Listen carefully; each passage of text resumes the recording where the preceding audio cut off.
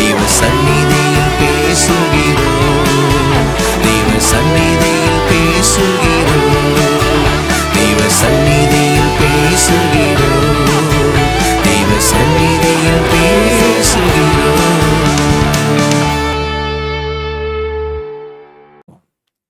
வல்ல பிதாவே, நடிவுடுமை சோதரிக்கிறோம், சோதரிக்கிறோம், துதிக்கிறோம். கிருபை மிரக்கும் தாயின் இருந்தவரையே நாங்கள் உம்மை சோதரிக்கிறோம், துதிக்கிறோம். சாதகப்பனே, அன்று எல்லாவற்றை பார்க்கலும் இந்த வார்த்தை நீரை மகிமைப்படுத்திருக்கிறேன். ஆவியாயும் ஜீவன்மா இருக்கிற வார்த்தைகளுக்கு எங்களை தேவன் பேசும்படியாக இடைபடும்படியாக நம்முடைய கரத்தில் அர்ப்பணிக்கிறோம். ஆண்டவரே, உம்மை சோதரிக்கிற அடிமை மறைத்து நீர் வெளிப்படும்படியாக பரிசுத்த ஆவியானவரே முழுமையாய் ஆளுகை செய்யும்படியாக சபையோடு எங்களோடு இடைபடும்படியாக நம்முடைய கரத்தில் அர்ப்பணிக்கிறோம். பேசும்படியாக ஜெபிக்கிறோம். எங்களுக்கு இடப்படுத்தும்படியாக உயிர்ப்பிக்கும்படி கரத்தில் அர்ப்பணிக்கிறோம். பெரிய காரியங்களை செய்யும் இயேசு நாமத்தை ஜெபங்கள் ஜீவனங்கள் நல்ல பிதாவே, ஆமென். அல்லேலூயா, அல்லேலூயா. கடந்த வாரத்தில் நம்ம இந்த வசனங்களிலே, இந்த 4 வசனங்களிலே தேவனுக்கு பிரியமான நடக்கை என்கிற தலைப்பில் நாம் என்ன செய்தோம்னு சொன்னால் 3 காரியங்களை பார்ப்போம் என்று சொல்லி கடந்த நாளில் நாம் ஒரே ஒரு காரியத்தை என்ன செய்தோம், நம்ம பார்த்தோம்.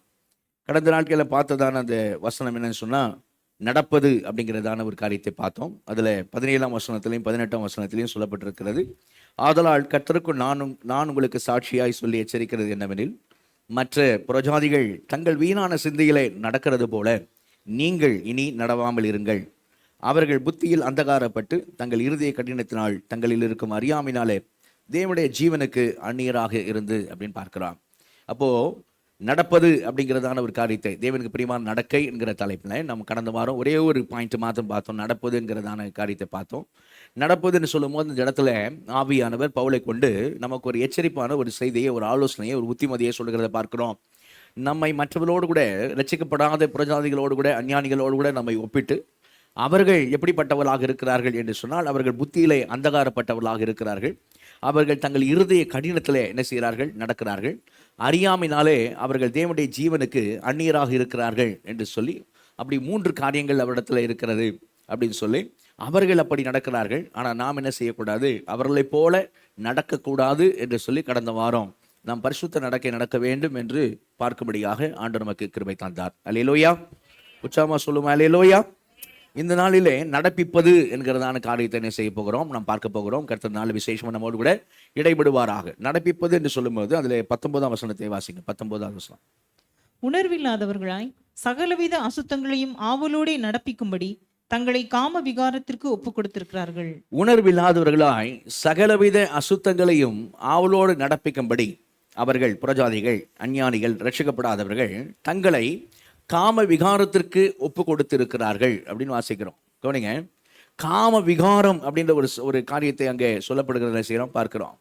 இன்னைக்கு கவனிங்க, அமெரிக்காவினுடைய புதிய பிரசிடெண்ட்டாக டொனால்ட் ட்ரம்ப் தேர்ந்தெடுக்கப்பட்டு அந்த பிரசிடென்ட் ஸ்பீச் என்று சொல்லி வருகிறதான ஒரு அறிக்கையில் அவர் நிறைய காரியம் சொல்லிட்டு வருவார். அதில் சொல்லும்போது ஒரு காரியத்தை சொல்கிறார். என்ன சொல்கிறாருன்னா, ஃப்ரம் இயர் ஆஃப்டர், அதாவது இனிமேல் முதற்கொண்டு அமெரிக்காவில் 2 ஜெண்டர் தான், 2 பாலினம் தான் இருக்கும், ஒன்று ஆண் இன்னொன்று பெண் அப்படின்னு சொன்ன உடனே அந்த அரங்கமே ஒரு என்ன சொல்கிறது, எல்லாரும் கைத்தட்டுறாங்க.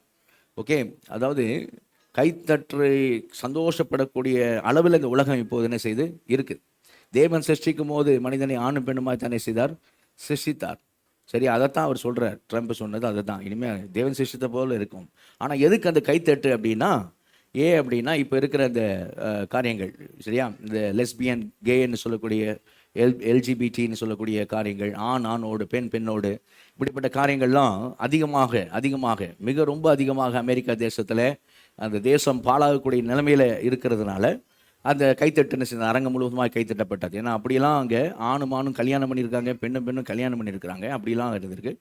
அந்த ஸ்பீச்செல்லாம் முடிஞ்சு அவர் ஒரு சர்ச்சுக்கு போகும்போது அந்த சர்ச்சில் புதிதாக நியமிக்கப்பட்ட ஒரு பெண் பிஷப் அவங்க இந்த சர்ச்சில் அவர் சரி சட்டன் பண்ணும்போது அவருக்கு அட்ரஸ் பண்ணி அவருக்கு ரிக்வஸ்ட் பண்ணி சொல்கிறாங்க, என்னன்ட்டு, நீங்கள் இது 2 தான் சொல்லக்கூடாது, அவங்களையும் கன்சிடர் பண்ணுங்கள், அவங்களையும் ஓகே பண்ணுங்கள் அப்படின்னு சர்ச்சில் என்ன செய்கிறாங்க, அவர்கிட்ட சொல்கிறாங்க. அது முடிஞ்சு வெளியே போகும்போது அவர்கிட்ட கேட்குறாங்க, இந்த சர்ச்சு சர்வீஸ் பார்த்தீங்க என்ன நினைக்கிறீங்க அப்படின்னா, எனக்கு பிடிக்கவே இல்லை அப்படின்னு என்ன செய்தார் அவர் சொல்லிட்டு போகிறதெல்லாம் நியூஸில் என்ன செய்து வந்துச்சு. சரிங்களா, எதுக்காக என்ன இதை சொல்கிறேன் அப்படின்னா, இந்தியா ரொம்ப தூரத்தில் இல்லை. அந்த காரியங்களுக்கு இந்தியா ரொம்ப தூரம், நம்முடைய தேசம் ரொம்ப தூரமாக இல்லை. நம்முடைய தேசத்தில் இப்போ என்ன சொல்கிறது, இதுக்காக போராடிக்கிட்டு இருக்காங்க. இது சட்டமாக சொல்லப்பட வேண்டும்னு சொல்லி என்ன செய்கிறாங்க, காரியம் நடந்துட்டு இருக்கு. அவங்க கொஞ்சம் அமெரிக்கா கொஞ்சம் அட்வான்ஸாக போயிட்டு இருக்கு. சர்ச்சிலே ஆணுக்கும் கல்யாணம், பெண்ணு கல்யாணம் நடந்துகிட்டு இருக்கு.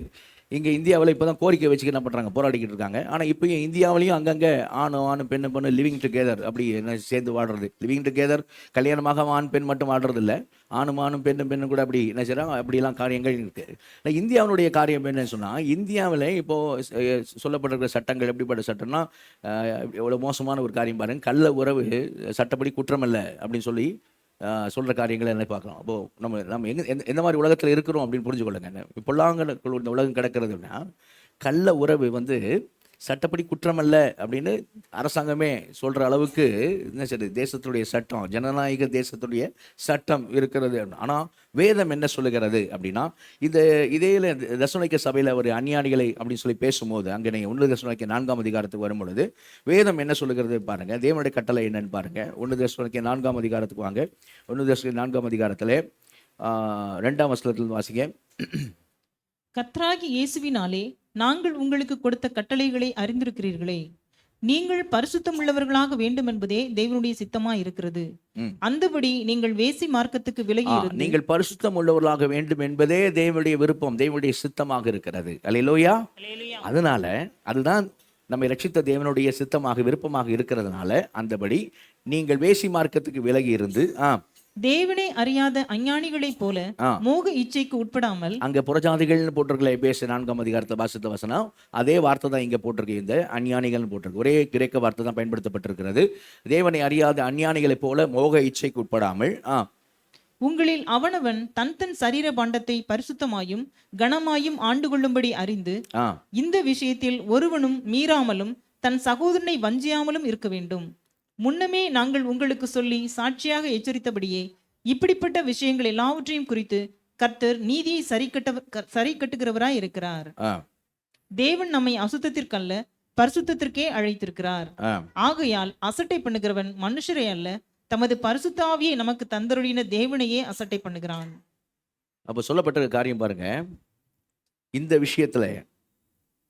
விஷயத்துல இந்த கள்ள உறவுன்ற பாருங்க, இந்த விஷயத்துல சரீரத்தை மாசுபடுத்தக்கூடிய, சரீரத்தை அசுத்தத்துக்குள்ளே கொண்டு போகக்கூடிய இந்த விஷயத்தில் ஒருவனும் மீறாமலும், அந்த வசனத்தை போடுவேன் 6ஆம் வசனத்தில், ஒருவனும் சபையில் உலகம் அப்படி இருக்குது, ஆனால் சபையில் ஒருவனும் மீறாமலும் தன் சகோதரனை வஞ்சியாமலும், அடுத்தவன் மனைவி சரியா, அல்லது அடுத்தவனுக்கு மனைவி ஆக போகிறவன் அப்படின்னா தன் சகோதரனை வஞ்சியாமலும் இருக்க வேண்டும். முன்னமே நான் உங்களுக்கு சொல்லி சாட்சியை எச்சரித்து இப்படிப்பட்ட விஷயங்கள் எல்லாவற்றையும் குறித்து கர்த்தர் நீதியை சரி கட்டுவராக இருக்கிறார். நம்ம பரிசுத்த வாழ்க்கையை வாழணும். அடுத்த வசனம் போடுப்பா. ஏனென்று சொன்னால் தேவன் நம்மை அசுத்தத்திற்கல்ல பரிசுத்தத்திற்கே அழைத்திருக்கிறார். அல்லேலூயா. அந்த கேன்றது பார்த்தீங்களா, ரவுண்ட் பண்ணணும், அண்டர்லைன் பண்ணணும்னா அந்த பரிசுத்தத்திற்கே அப்படின்னு அண்டர்லைன் பண்ணி, அந்த பரிசுத்தத்துக்கேன்ற வார்த்தையை அண்டர்லைன் பண்ணி அந்த கேவை மட்டும் ரவுண்ட் பண்ணிடணும் இல்லையா. அதை ஸ்ட்ரெஸ்ன்னு சொல்லுவாங்க, எம்ஃபசிஸ், அழுத்தம்னு சொல்லுவாங்க. அப்போ எப்படிப்பட்ட அழுத்தம் கொடுக்கப்படுகிறது? தேவன் நம்மை அசுத்தத்திற்கு அல்ல பரிசுத்தத்திற்கும் அழைத்திருக்கிறார், அல்ல பரிசுத்தத்திற்கே அழைத்திருக்கிறார். அல்லேலூயா. அப்போ தேவ பிள்ளைகள் நாம எதுக்காக அழைக்கப்பட்டிருக்கிறோம்? பரிசுத்த வாழ்க்கை வாழும்படி நாம் அழைக்கப்பட்டிருக்கிறோம். அதுதான் அடுத்த வசனம் சொல்லுது. அசட்டை பண்ணுகிறவன், இந்த விஷயத்தை அசட்டை பண்ணுகிறவன் யாரை? மனுஷரை அவன் அசட்டை பண்ணலை. யார் அசட்டை பண்ணுகிறான் அப்படின்னா, தமக்கு பரிசுத்த ஆவியை தந்தருளின தேவனை என்ன செய்கிறான்? அவன் அசட்டை பண்ணுகிறவனா இருக்கிறான். அப்போது அசட்டை பண்ணுறவன் மனுஷரை இல்லை, பரிசுத்த ஆவியை, ரட்சிக்கப்பட்ட எல்லாருக்குள்ளேயும் பரிசுத்த ஆவி என்ன இருக்கிறார். அப்போ பரிசுத்த ஆவியை நமக்கு தந்தருளின தேவனையே என்ன செய்கிறான்? அசட்டை பண்ணுகிறான். அப்போ சாதாரண விஷயம் இல்லை. அப்போ இப்படிப்பட்ட விஷயத்தில் நாம் என்ன செய்ய வேண்டும்? புறஜாதிகளை போல என்ன செய்ய வேண்டும்? நம்ம நடக்கக்கூடாது. நம் பரிசுத்த வாழ்க்கை என்ன செய்ய வேண்டும்? வாழ வேண்டும். அல்லேலூயா.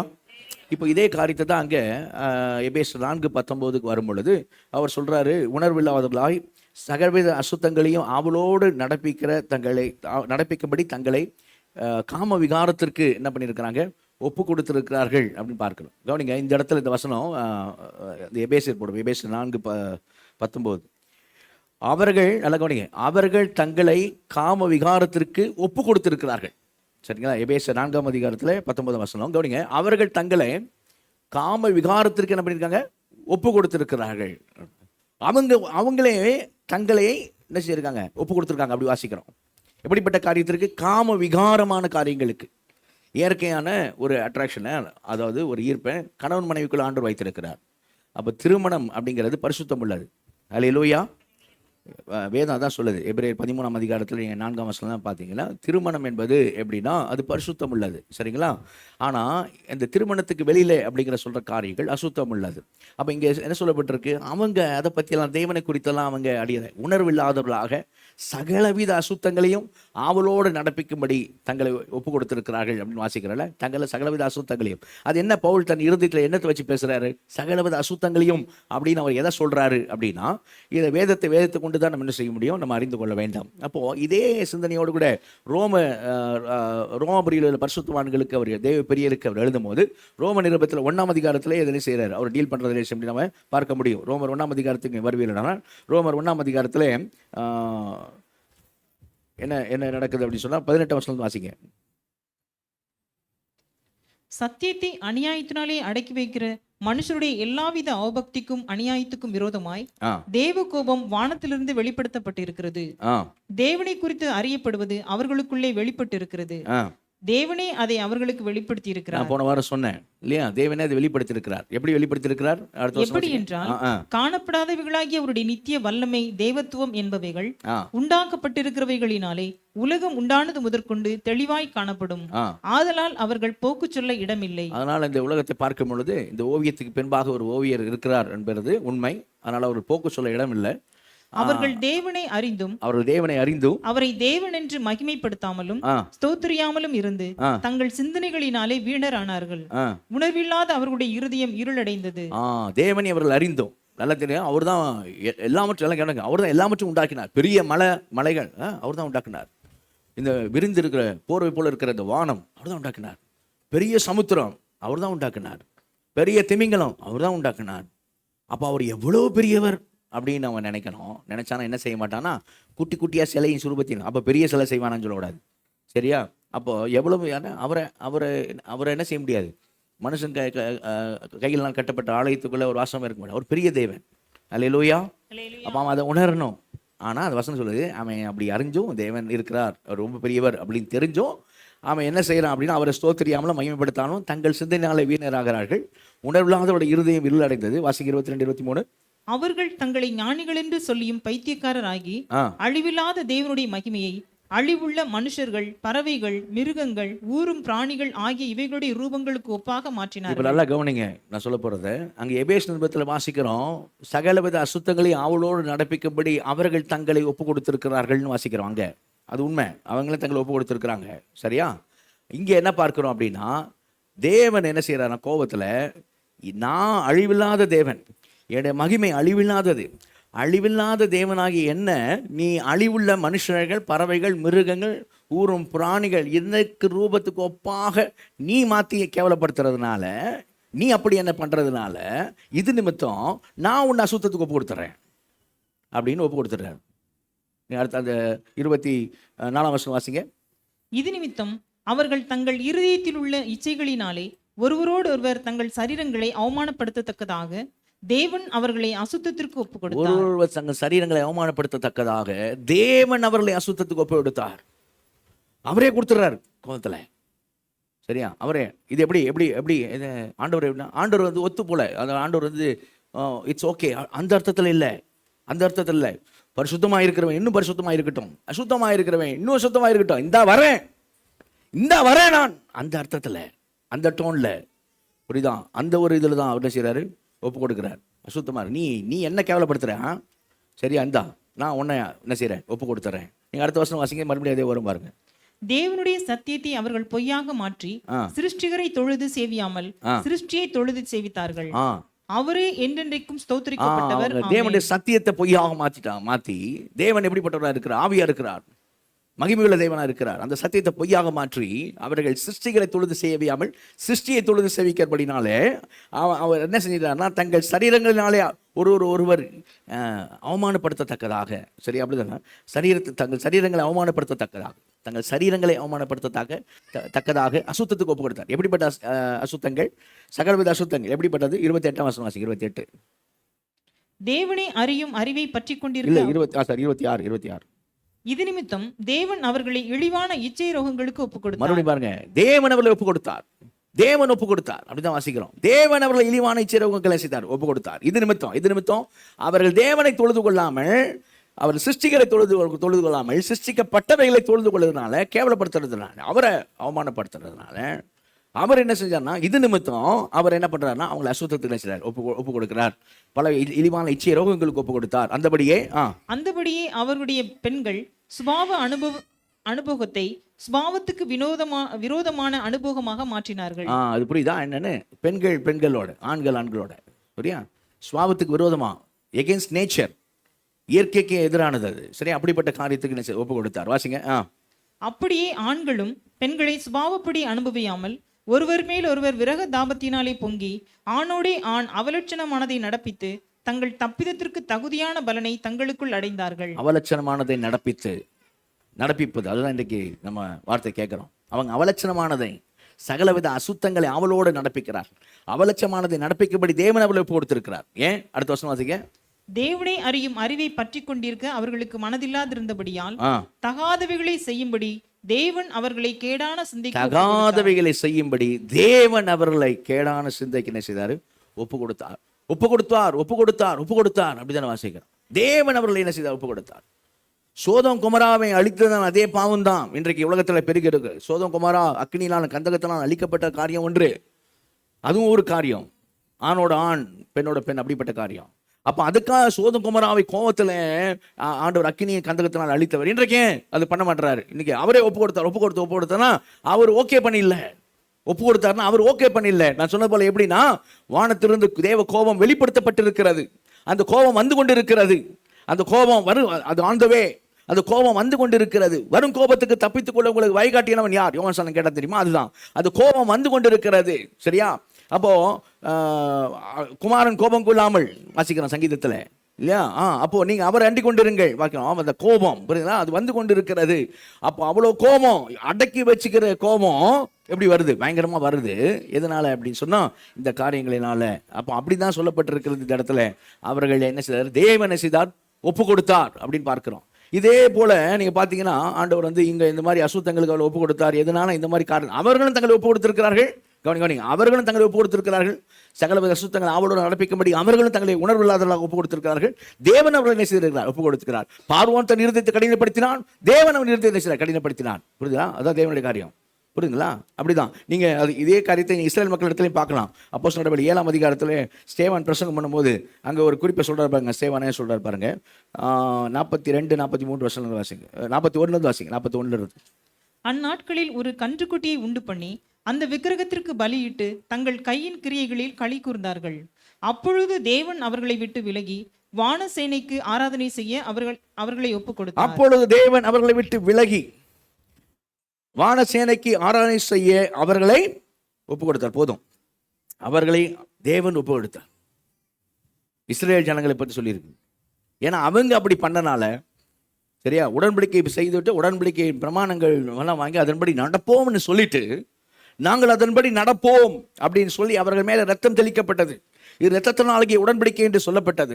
அப்ப அந்த பழைய உடன்படிக்கையில் இருந்த அவர்கள் உடன்படிக்கை மீறி காரியத்தை செய்த போது வசனம் சொல்லுகிறது, தேவன் அவர்களை இன்னும் காரியத்தை செய்வதற்காக இன்னும் என்ன செய்தார்? அவர் ஒப்பு கொடுத்தார். அப்படிதான் ஆராதனை செய்யும்படி அவர் அவர்களை விட்டு விலகி வானசேனைக்கு ஆராதனை செய்யும்படி அவர்கள் என்ன செஞ்சாரு? அவருடைய ஜனத்தை அவர் ஒப்பு கொடுத்தார் அப்படி சொல்லியிருக்கு. சரிங்களா? அது ஆண்டவர் செய்யறது கோபத்தில் செய்யறது. புரியுதுங்களா? கோபத்தில் சில நேரம் பேரண்ட்ஸ் சொல்லும்போது என்ன பண்ணுவாங்க? செய்யப்படியா? செய் அப்படி சொல்லுவாங்க. தெரியுமா? அந்த டோன் வந்து வித்தியாசமாக இருக்கும். அந்த டோன்லேயே பிள்ளைங்களுக்கு தெரியும், இது வந்து நம்மளை ஓகே பண்ணல, சந்தோஷமாக ஓகே சொல்லலை, இது கோபத்தில் என்ன பண்ணிருக்காங்க, சொல்லிக்கிட்டு இருக்காங்க. நீ செய் அப்படின்வாங்க. அப்புறம் என்ன அர்த்தம்? நீ செய்ய, அடுத்து உனக்கு இருக்குது பார்த்துக்க, அப்படி அர்த்தம் இல்லையா? அந்த அர்த்தத்தில் தான் இங்கே இருக்குது. அப்படி தான் தேவன் என்ன செய்கிறார்? அவர்களை என்ன செய்ய அசுத்தங்களுக்கு ஒப்பு கொடுத்தார் அப்படின்னு சொல்லியிருக்கு. அப்போது இதுதான் அவங்க நிலைமை. அப்படின்னா ஆவியானவர் எப்படி சொல்கிறாருன்னா, அவங்க சகலவித அசுத்தங்களையும் ஆவலோடு நடப்பிக்கிறார்கள். நீங்களும் நானும் அதற்காக நாம் அழைக்கப்படவில்லை. அல்லேலூயா. நம்முடைய அழைப்பு எப்படிப்பட்ட அழைப்பு? அந்த எபேசு 1 அதிகாரம் 4 வசனம் இப்போ போடு பஸ்கன்ல. எபேசு 1:4 வாசிங்க. நம்மளுக்கு எப்படிப்பட்ட அழைப்பு? தமக்கு முன்பாக நாம் அன்பில் பரிசுத்தம் உள்ளவர்களும் குற்றம் இல்லாதவர்களுமாய் இருப்பதற்கு உலக தோற்றத்துக்கு முன்னே கிறிஸ்துவுக்குள் நம்மை தெரிந்து கொண்டபடியே அவருக்கு முன்பாக நாம் பரிசுத்தம் உள்ளவர்களும் குற்றமில்லாதவர்களாய் நடப்பதற்காக நம் ஒவ்வொருவரையும் தேவன் தெரிந்து கொண்டிருக்கிறார். அல்லேலூயா, அல்லேலூயா. அப்ப நம்மளை தெரிந்து கொண்டிருக்கிறதுக்காக ஒரு கூட்ட ஜனத்தை, அந்த அஞ்ஞானிகளை, அவரை அறியாதவர்களை, சரியா, அவர் என்ன செய்திருக்கிறார்? சகலவித அசுத்தங்களை அவரோடு நடப்பிக்கும்படி அவர்கள் தங்களை ஒப்பு கொடுத்திருக்கிறார்கள். சகலவித அசுத்தங்களுக்கும் தேவன் அவர்களை ஒப்பு கொடுத்திருக்கிறார். ஆனா அவருக்கென்று ஒரு கூட்டத்தை பிரித்து, இந்த கூட்டம் இது என்னுடைய ஜனம், என்னுடைய பிள்ளைகள், உலகம் தோன்றதுக்கு முன்னமே நான் உங்களை தெரிந்து கொண்டிருக்கிறேன், அதனால உங்களை வேறு பிரித்திருக்கிறேன். நீங்கள் எப்படி இருக்கணும்னு சொன்னா அவர்கள் இருக்கிறது போல நீங்கள் இருக்கக்கூடாது. அதற்காக நீங்கள் அழைக்கப்படவில்லை. நீங்கள் எனக்கு முன்பாக, தேவனாகி எனக்கு முன்பாக நீங்கள் பரிசுத்தம் உள்ளவர்களும் குற்றமில்லாதவர்களாக இருப்பதற்காக உங்களை நான் தெரிந்து கொண்டிருக்கிறேன் சொல்லுகிற தேவனா இருக்கிறார்.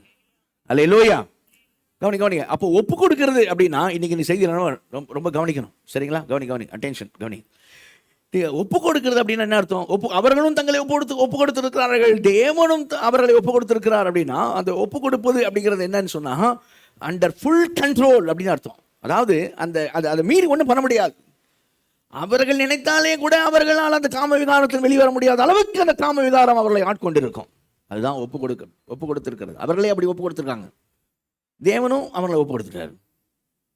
சரியா? பரிதாபமான நிலைமை. அவனே நினைச்சாலும் அந்த காம விகாரத்திலிருந்து அவனால் வெளிவர முடியாது. செல்போனில், லேப்டாப்ல, டேப்ல, மற்ற இடங்கள்ல ஆபாசமாய் பார்க்கிற காரியங்கள் அவனால் வெளிவரவே முடியாது. ஆனா இங்க இருக்கிற யாரும் அப்படி செய்வதற்காக அழைக்கப்படவில்லை. ஏன்னா நம்முடைய வாழ்க்கை சொல்லப்பட்டிருக்கு, நாமளே வேறு பிரிக்கப்பட்டிருக்க வாழ்க்கை என்ன, நாம் உலகம் தோன்றதுக்கு முன்னே தேவன் நம்மை தெரிந்து கொண்டதற்கு, அவருக்கு முன்பாக நாம் பரிசுத்தம் உள்ளவர்களும் குற்றமில்லாத நடப்பதற்கு. அப்ப அவன் சகலவித அசுத்தங்களை அவளோடு நடப்பிக்கிறவன். இந்த காரியம் மட்டும் தான் சொல்லல, பான் காரியங்கள் பார்க்கறது மாத்திரம் சொல்லல, மற்றபடி செக்ஷன் சொல்லக்கூடிய காரியம் உலகத்துல நான் சொன்னேன் எப்படிலாம் இருக்குன்ட்டு. அப்போ அப்படிதான் அவங்க என்ன செய்யறாங்க இருக்கிறாங்க. அப்போ ஒப்பு கொடுத்துருக்கிறது அப்படின்னா, கவனிங்க, தேவன் ஆதியிலிருந்தே, நான் இஸ்ரேல் ஜனத்தை வச்சு நான் காமிக்கிறேன், இஸ்ரேல் ஜனங்களை வச்சு நான் அப்படியே பைபிள் ஃபுல்லாவே ஒப்பு கொடுத்துருக்காரியன்றதை புரிஞ்சு கொள்றதுக்காக. ஏன்னா அவர்கள் ஒப்பு கொடுத்துருக்கிறான்னு சொல்லும் போது நம்ம என்ன செய்யணும் அப்படிங்கிறத சரியா புரிஞ்சு கொள்றதுக்கு இஸ்ரேல் மக்கள் இருந்து நான் காமிக்கிறேன் தேவன் எப்படி இருக்கிறார், எப்படிப்பட்டவராக இருக்கிறார். நீங்க ஆதியாகமத்துக்கு வந்தீங்கன்னா, அங்கே ஆதியாகமத்தில் ஆபிரகாம் குறித்து ஒரு காரியம் சொல்லப்பட்டிருக்கு இல்லையா? மெல்கிசேதேக்கு ஆபிரகாமை சந்தித்து 318 பேரோட ஆபிரகாம் போயிட்டு அங்கே யுத்தம் செஞ்சு லோத்து, சரியா, லோத்தினுடைய பொருட்கள் மற்றும் அந்த சொந்தம் குமரில் கொண்டு போகப்பட்ட ஜனங்கள் எல்லாரையும் மீட்டுட்டு வரப்பல 318 பேரோட போய் யுத்தம் செய்து ஜெயிச்சுட்டு வரப்பல ஆபிரகாம். அப்போ எப்படி ஆபிரகாம் ஜெயிச்சான் அப்படின்னு சொன்னால், மெல்கிசேதேக்கு ஆபிரகாம்கிட்ட இந்த வார்த்தை சொல்லுவார். ஆதியாகமம் 14ஆம் அதிகாரத்தில் 20ஆம் வசனத்தை ஸ்கிரீனில் போடுங்க. ஆதியாகமம் 14:20 பார்த்தீங்கன்னா அவர் சொல்லுவார் மெல்கிசேதேக்கு, உன்னதமான தேவன் சத்துருக்களை ஆபிரகாமை உன் கையில் ஒப்பு கொடுத்தார். அல்லேலூயா. உன் சத்துருக்களை உன் கையில் ஒப்பு கொடுத்த உன்னதமான தேவனுக்கு ஸ்தோத்திரம் என்று சொன்னான். அல்லேலூயா. அப்போ அதெல்லாம் கவனிங்க, தேவன் ஆபிரகாம்கிட்ட எதை ஒப்பு கொடுக்குறார்? ஆபிரகாம் இடத்துல அவனுடைய சத்துருக்களை என்ன செய்தார்? தேவன் ஒப்பு கொடுத்தார். கவனிங்க. பின்னாடி ஆபிரகாமுடைய சந்ததிக்கிட்டு, சரி, எகிப்திலிருந்து அவங்களை மீட்டெடுத்து நீங்கள் என் ஜனம் என்று சொல்லி அவர்களை சீனாய் மலையில் உடன்படிக்கை பண்ணி அவங்களை கொண்டு போகிறதான வேலையில் ஆண்டவர் என்ன சொல்கிறார் தெரியுமா? அவங்ககிட்ட, நீ போகிற கானான் தேசம், அந்த தேசத்தில் இப்போ ஏகப்பட்ட ஆட்கள் இருக்கிறாங்க இல்லை? அங்கே நம்ம பார்க்கணும், ஜோசுவா புக்கெல்லாம் பார்க்கணும், 31 ராஜாக்களோட யுத்தம் அப்படிலாம் பார்ப்போம், சரியா? அப்போ அத்தனை ராஜாக்கள் அவ்வளோ பேர் இருக்கிறாங்க. ஆனால் ஆண்டவர் சொல்லுவார், அத்தனை சத்ருவின் சேனையையும் நான் உங்கள் கையில் ஒப்பு கொடுப்பேன். அல்லேலூயா, அல்லேலூயா. என்ன சொல்லுவார்னா, அந்த ராஜாக்களை, அந்த சேனையை ஒப்பு கொடுப்பேன், ஏன்னா அந்த இடத்தை நான் உங்களுக்கு என்று கொடுப்பேன். அல்லேலூயா. அவங்க இந்த இடத்த தீட்டுப்படுத்திட்டாங்க, பலவிதமான அசுத்தங்களினால என்ன செஞ்சாங்க? தீட்டுப்படுத்திட்டாங்க. அவங்க அந்த அசுத்தங்கள்னால அவங்க தீட்டுப்படுத்துறதுனால நான் எடுத்த உடனே நான் காரியம் செய்யலை, நான் பொறுமையா இருந்துதான் 400 வருஷம் 430 வருஷம் பொறுமையா இருந்து. அதுதான் ஆபிரகாம் சொல்லுவார், இன்னும் எமோருடைய பாவம் அக்கிரமம் நிறைவாகவில்லை. எப்படிப்பட்ட தேவன் பாருங்க, நிறைவாகல, நான் காத்திருக்கிறேன். அந்த அக்கிரமம் நிறைவான உடனே என்னுடைய நியாய தீர்ப்பு. எப்படிப்பட்ட நியாய தீர்ப்புனா, அதை செய்த அந்த ஜனங்கள் இனி அந்த தேசத்தில் பாலும் தேன் ஒரு தேசத்தில் இருக்கக்கூடாது. அவர்களை தூக்கி எறிய நான் சிதறடிக்கிறேன் வெளியில, அவர்களை நான் அழிக்கிறேன் முற்றிலுமா. என் ஜனம் பரிசுத்த ஜனம், என் ஜனத்தை நான் உள்ளே கொண்டு போகிறேன். உங்களுடைய கையிலே நான் என்ன செய்வேன், அந்த சத்துருக்களை இந்த தேசத்தையும் என்ன செய்வேன், உங்கள் கையிலே நான் என்ன செய்வேன், ஒப்பு கொடுப்பேன். ஆபிரகாமுக்கு ஒப்பு கொடுத்தவர் ஆபிரகாம் சந்ததியாக இருக்கிறதான் அவரிடத்தில் செய்தார், ஒப்பு கொடுத்தார். நீங்க யாத்திராங்க 23ஆம் அதிகாரத்தில் 31ஆம் வசனம் பாருங்க. யாத்திராங்க 23ஆம் அதிகாரம் 31ஆம் வசனத்தை பார்த்தீங்கன்னா அங்க ஆண்டவர் சொல்லுவார், என்ன சொல்லுவார்னா, அந்த குடிகளை எல்லாரையும் நான் என்ன செய்வேன், நான் உங்களிடத்துல ஒப்பு கொடுப்பேன் சொல்லுவார் இல்லையா. அந்த குடிகள் எல்லாரும் இங்க பாருங்க, அந்த தேசத்தின் குடிகளை உங்கள் கையில் என்ன செய்வேன், நான் ஒப்பு கொடுப்பேன். அதனால உங்க எல்லை வந்து இப்படி இருக்கும், உங்களோட ஏரியா இந்த மாதிரி ஏரியாவாக இருக்கும். ஓகே, நான் அப்போ அந்த இடத்த என்ன செய்ய போறேன், உங்க கையில கொடுக்க போறேன். அந்த சத்துருக்களை உங்க கையில கொடுக்க போறேன், அந்த ராஜாக்கள் உங்க கையில கொடுக்க போறேன், அந்த சேனை உங்க கையில கொடுக்க போறேன் சொல்லுவார். சொல்லிட்டு இன்னொரு விஷயத்தையும் சொல்லுவார். என்ன சொல்லுவார் அப்படின்னா, லேவியராகும் 26ஆம் அதிகாரத்தில் 25ஆம் வசனம் வாசிங்க. லேவியர் 26ஆம் அதிகாரம் 25வது வசனம். என் உடன்படிக்கையை மீறினதற்கும் வாசிங்க. என் உடன்படிக்கையை மீறினதற்கு பழிவாங்கும் பட்டயத்தை உங்கள் மேல் வரப்பண்ணி நீங்கள் உங்கள் பட்டணங்களில் சேர்ந்த பின் கொள்ளை நோயை உங்கள் நடுவிலே அனுப்புவேன், சத்ருவின் கையில் ஒப்பு கொடுக்கப்படுவீர்கள். என்ன சொன்ன ஆண்டவர், என் பிரமாணத்தின்படி நீங்க நடக்கலனா, கவனிங்க, நீங்க நடக்கலனா தெளிவா சொல்லியிருந்தாரு. அந்த ஜனத்தை எதுக்காக நியாயம் தீர்த்தனோ, அவங்க தேசத்தை தூக்கி எறிஞ்சனோ, அதே போல அவங்க செஞ்சதே நீங்க அந்த அந்நியானிகள் புறஞ்சாதிகள் செய்வதை போல என் ஜனமாகி நீங்கள் செய்வீர்களா. இஸ்ரவேல் ஜனங்க சொன்ன, நீங்கள் செய்வீங்கன்னா உங்களுக்கும் அதே நிலைமை தான். நான் உங்களையும் தேசத்துல தூக்கி எறிவேன், உங்களையும் தேசத்துல தூக்கி எறிவேன், ஏன்னா நான் கர்த்தர் சொன்னார். முன்னாடியே ஸ்பெசிஃபிக்காக குறிப்பாக என்ன சொல்லிட்டார். அதுக்கு பிறகு என்ன நடந்தது அப்படின்னு பார்த்தீங்கன்னா, இவங்க உள்ளே போக என்டர் ஆகும்போது அவர் சொன்னபடியே தேசத்தையும் அந்த ஜனங்களையும் அந்த குடிகளையும் அந்த ராஜாக்களையும் அந்த சேனையும் சத்துருக்களையும் இஸ்ரவேல் ஜன கைகளிலே ஆண்டவர் ஒப்பு கொடுத்தார். அல்லேலூயா, அல்லேலூயா. உபாகமம் 2ஆம் அதிகாரத்தில் 36ஆம் வசனம். உபாகமம் 2ஆம் அதிகாரம் 36ஆம் வசனம். அர்னூன் ஆற்றங்கரையில் இருக்கிற ஆராவேரும் ஆற்றண்டையில் இருக்கிற பட்டணமும் தொடங்கி கீலேயாத் வரைக்கும் நமக்கு எதிர்த்து நிற்கத்தக்க அரணிப்பான பட்டணம் இருந்ததில்லை. எல்லாவற்றையும் நம்முடைய தேவனாகிய கர்த்தர் நமக்கு ஒப்பு கொடுத்தார். எல்லாவற்றையும் நம்முடைய தேவனாகிய கர்த்தர் நமக்கு ஒப்பு கொடுத்தார். அல்லேலூயா, அல்லேலூயா. எல்லாவற்றையும் நமக்கு ஒப்பு கொடுத்தார். பாருங்க, அதே மாதிரி நீங்க 3ஆம் அதிகாரம் 2ஆம் வசனம் பார்த்தீங்கன்னா, அடுத்த அதிகாரத்தில் 2ஆம் வசனம் பார்த்தீங்கன்னா, அவனையும் அவன் தேசத்தையும் உன் கையில் ஒப்பு கொடுத்தேன். அல்லேலூயா, உன் கையில ஒப்பு கொடுத்தேன்னு 2ஆம் வசனம் சொல்லுவார். 3ஆம் அதிகாரம் 2ஆம் வசனத்துல 3ஆம் வசனம் பார்த்தீங்கன்னா அப்படியே ஒப்பு கொடுத்தாருன்னு இருக்கும். அல்லேலூயா, அவர் சொன்னதை செய்கிறவர். அல்லேலூயா. இதனால தான் பின்னாடி சொன்னா ஜோஷுவா, இஸ்ரவேலுக்கு சொன்ன எந்த ஒரு நல்ல வார்த்தையும் நீர் கீழே விடவில்லாண்டவரை எல்லாவற்றையும் அப்படியே நிறைவேற்றினீர். அல்லேலூயா. வருகிற வழியில் இவங்க என்னெல்லாம் பண்ணாங்க சரியா, நம்மளா இருந்தாலும் டென்ஷனாக எப்பயோ கதையை முடிச்சுருப்போம். ஆனால் அவரு உடன்படிக்கையின் தேவன். அல்லேலூயா. ஏன்னா அவரு நான் சொல்லிட்டேன், நான் செய்வேன் அப்படின்ட்டு என்ன பண்றாரு, செய்கிறார். சொன்னவரே செய்கிறார். அவனை நான் ஒப்பு கொடுப்பேன், அவன் சேனை ஒப்பு கொடு. அடுத்த வருஷமே சொல்லுது, அவர் ஒப்பு கொடுத்தார். அல்லேலூயா. அதே மாதிரி நீங்க உபாகமம் 7ஆம் அதிகாரத்துக்கு வந்தீங்கன்னு வைங்க, அங்கே 2ஆம் வசனத்தில் பார்த்தீங்கன்னா, உபாகமம் 7ஆம் அதிகாரத்தில் 2ஆம் வசனத்தில் ஒரு தேவனாய் கர்த்தர் அவர்களை உன் கையில் ஒப்பு கொடுக்கும் போது, சரியா, அந்த அதிகாரம் ஃபுல்லாக நீங்கள் வந்து பார்த்தீங்கன்னா 2ஆம் வசனம் 16ஆம் வசனம் 24ஆம் வசனம் 2, 16, 24 7ஆம் அதிகாரத்தில் என்ன சொல்லுவார்னா, நான் அவர்களை உன் கையில் ஒப்பு கொடுக்கும் போது நீ என்ன பண்ணணும் அதை சொல்லுவார். நீ அவங்களோட உடன்படிக்கை பண்ணக்கூடாது, நீ அவனோட சேர்ந்துடக்கூடாது, அவனுடைய காரியத்துக்குள்ளே போயிடக்கூடாது, நீ எனக்காக வேறு பிரிக்கப்பட்ட ஜனம். அல்லேலூயா. அப்போ என்ன பண்ணணும்னு சொல்லுவார். சரி, அவனுடைய எல்லா சூரபங்களை சிலையெல்லாம் தூக்கி எறி, எல்லாத்தையும் விட தேசத்தை சுத்தம் பண்ணு, இது என் தேசம், என் ஜனத்துக்கு நான் தருகிறேன். அல்லேலூயா. அப்படிதான் சொல்லி செய்வார். அவர் செய்யறதை செய்ய பார்க்க முடியும். அப்போ அப்படி நான் செய்யறதுக்காகவே ஆண்டவர் சொல்லுன்னா, நான் வந்து உங்களுக்கு சத்ருடைய சேனையும் ஒப்பு கொடுக்கறதுக்காகவே, உங்களுக்கு இந்த தேசத்தை தர்றதுக்காகவே, அந்த சேனையை கொடுத்து ஒப்பு கொடுக்கறதுக்காகவே. உபாகமம் 23ஆம் அதிகாரத்தில் 14ஆம் வசனம் வாசிங்க. உபாகமம் 23:14. உன் தேவனாகிய கர்த்தர் உன்னை ரட்சிக்கவும் உன் சத்துருக்களை உனக்கு ஒப்பு கொடுக்கவும் உன் பாளையத்திற்குள்ளே உலாவிக் கொண்டிருக்கிறார். ஆகையால் அவர் உன்னிடத்தில் அசுசியான காரியத்தை கண்டு உன்னை விட்டு போகாதபடிக்கு உன் பாளையம் சுத்தமாயிருக்க கடவுது. அல்லேலூயா. அந்த நாட்டு அவங்க வனாந்திரமா தானே போயிட்டு இருந்தாங்க, சரியா. அப்பவுமே ஆண்டவர் வந்து சொல்லுவார், நீ காலை கடனை முடிக்க போன கூட அங்கங்க உட்காந்துடாத, கையில் ஒரு குச்சி எடுத்துன்னு போ. அதுலேயுமே ஸ்பெசிஃபிக்காக சொல்லுவார் ஆண்டவர். ஏன்னா அவ்வளோ பரிசுத்தமாக சுத்தம் சொல்லுவார். நீ சுத்தமாக இருக்கணும், ஏன்னா நீ என்னுடைய ஜனம், சரியா. அதனால என்ன பண்ணக்கூடாது, அங்கங்கே நீ அசிங்கம் பண்ணிட்டு இருக்கக்கூடாது. கையில் குச்சி எடுத்துகிட்டு போய் குழி நோண்டி அப்புறம் மண்ணு போட்டு மூடிட்டு அப்புறம் வா.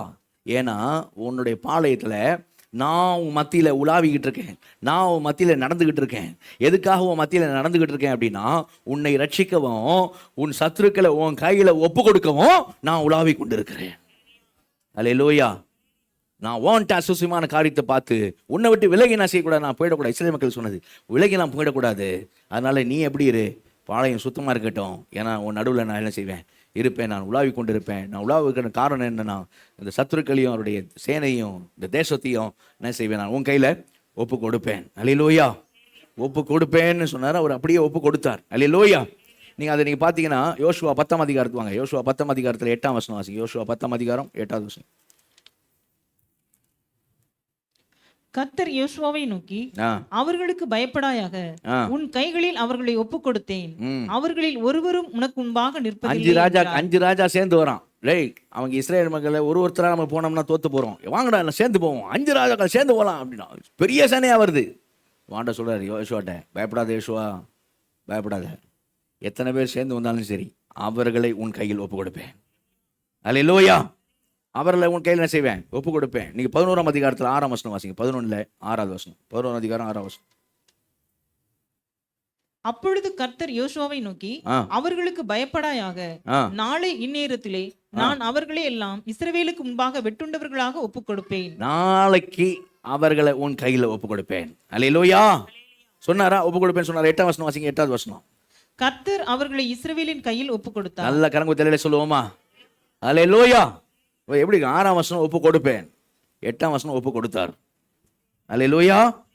அவர் வார்த்தையில உண்மை உள்ளவர். அல்லேலூயா. எந்த சொன்ன நல்ல வார்த்தையும் அவர் கீழே என்ன செய்ய விட மாட்டார். இது வரைக்கும் விட்டதில் விட போவதும் இல்லை. அவர் அப்படியே நிறைவேற்றுகிற தேவன். அல்லேலூயா. அவன் அப்படியே நிறைவேற்றுகிற தேவன். அப்போ அதை தான் அங்கே பார்க்குறோம். எப்படி இருக்கும் பாருங்க. அத்தனை பேர் சேர்ந்து, எத்தனை ராஜாக்கள் சேர்ந்து வராங்க. சரியா? பெரிய சேனையா, பெரிய படையா வராங்க. அண்ணா ஜோஷுவாட்ட பேசுறாரு, நான் சொல்றேன், அவர் எல்லாரையும் என்ன செய்வோம் கையில ஒப்பு கொடுப்பேன், ஒப்பு கொடுப்பேன். சரியா? they will be under your control. அவங்களால எதுவுமே செய்ய முடியாது. அதான் ஒப்பு கொடுக்கறது. அவங்களால ஒண்ணுமே பண்ண முடியாது. நீ அவங்களை மேற்கொள்ளுவ, நீ அதை என்ன செய்வ, அவங்கள ஜெயிப்ப.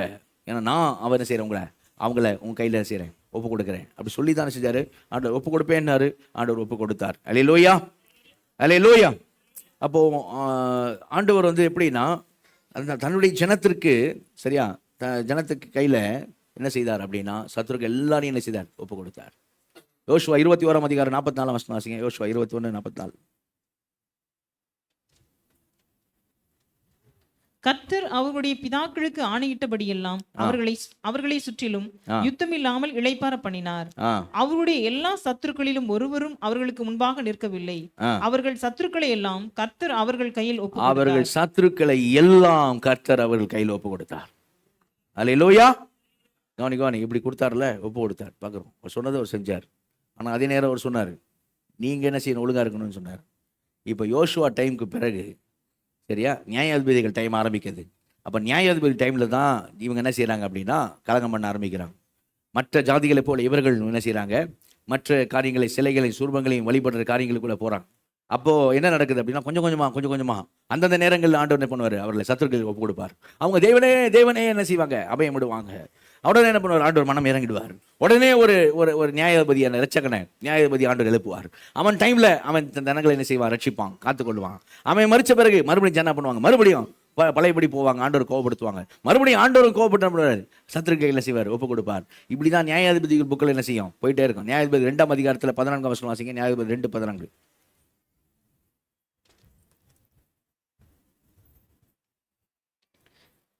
அப்பொழுது கர்த்தர் இஸ்ரவேலின் மேல் கோபம் உண்டவராகி, அவர்கள் அப்புறம் தங்கள் சத்துருக்களுக்கு முன்பாக நிற்கக்கூடாதபடி கொள்ளையிடுகிற கொள்ளைக்காரர் கையில் அவர்களை ஒப்பு கொடுத்து அவர்களை சுற்றிலும் இருக்கிற அவர்கள் பகைஞரின் கையிலே விற்று போட்டார். இப்போ பாருங்க, இப்போ மாறிடுச்சு பாருங்க. இவ்வளவு நேரம் அவங்க சத்துருக்களை இஸ்ரேல் கையில் ஒப்பு கொடுத்தார். இப்போ எப்படி வாசிக்கிறோம், இஸ்ரேல் ஜனங்களை அவர் சத்துருக்கள் கையில் என்ன செய்தார், ஒப்பு கொடுத்தார். சொன்னார், நான் கொடுப்பேன்னு சொன்னார். என்ன செய்தார். இப்போ நியாயாதிபதி டைமில் கொஞ்சம் கொஞ்சமாக இதுக்கு ஆரம்பிக்குது. ஆனால் என்ன நடந்தது அப்படின்னா, ராஜாக்கள் டைமில், பின்னாடி தீர்க்கதரிசிகள் ராஜாக்கள் டைமில் ஜனங்கள் என்ன சொன்னால், 2 தேசமாக இஸ்ரவேல் யூதான் 2 தேசமாக பிரிந்த பிறகு தினசாட்சியாக தீர்க்கதரிசிகளை கொண்டு கணிந்து கொண்ட போதிலும் அவர்களை செய்யலை, அவங்க ஆண்டவருக்கு செவி கொடுக்கவில்லை. அப்போ என்ன செய்தார்? சொன்னபடியே ஆண்டவர் என்ன பண்ணார்? அவர்களை என்ன செய்தார்? சத்துருக்கள் கையில் என்ன செய்தார்? முதல்ல இஸ்ரேல் ஜனங்களை என்ன செய்தார்? அசிரிய தேசத்தில் ஒப்பு கொடுத்தார். சிதறடிக்க பண்ணார் சில 10 கோத்திரங்களை. இவங்க அதை பார்த்து திருந்துவாங்கன்னு பார்த்தா இவங்களும் யூதா கோத்திரமே செய்யலை, திருந்தலை. அப்போ என்ன சொன்னாலும் என்ன செய்யலை? அவங்க ஆண்டவருக்கு செவி கொடுக்கல. அப்போது ஆண்டவர் என்ன பண்ணார்னா உடனே செஞ்சில்ல, சொல்லி தான் தீர்க்கதரிசிகளை அனுப்பி சொல்லி அப்படி கேட்கல, இருதயத்தை கடினப்படுத்துறாங்க. அப்போ என்ன பண்ணார் ஆண்டவர்? அவர் சொன்னபடியே என்ன செய்தார்னா அவர்களை சிதறடித்தார். நேபுகாத் நேச்சார் என்னும் ஊழியக்காரன் சொல்வார் ஆண்டவர். நேபுகாத் நேச்சார் பாபிலோன் ராஜ்யத்தை அனுப்பினார். சரி, அனுப்பி அவன் கையில் தான் எல்லாவற்றையும் என்ன செய்தார்? ஒப்பு கொடுத்தார். 2 நாளாகவும் 36ஆம் அதிகாரத்தில் 17ஆம் வசனம் வாசிங்க. 2 நாளாகவும் 36:17. ஆதலால் அவர் அவர்கள் மேல் கல்தேயரின் ராஜாவை வரப்பண்ணினார். அவன் அவர்கள் வாலிபரை அவர்களுடைய பரிசுத்தமான ஆலயத்திலே பட்டயத்தினால் கொன்று வாலிபரையும் கன்னியாஸ்திரிகளையும் முதியோரையும் விருத்தாப்பியரையும் தப்பவிடவில்லை. எல்லாரையும் தேவன் அவன் கையில் ஒப்பு கொடுத்தார். எல்லாரையும் தேவன் அவன் கையில, நேபுகாத் நேச்சார் சொல்லக்கூடிய புறஜாதிகளின் ராஜா அவனுடைய கரத்துல தன்னுடைய ஜனத்தை என்ன செய்தார்? ஒப்பு கொடுத்தார். தன்னுடைய ஆலயத்தை ஒப்பு கொடுத்தார். ஆலயமே தீக்குளுத்தி அக்கினிக்கரையாக என்ன ஆலயம் போகும்படி தன்னுடைய ஆலயத்தையே என்ன செய்தார்? அவர் ஒப்பு கொடுத்தார். இல்லையா?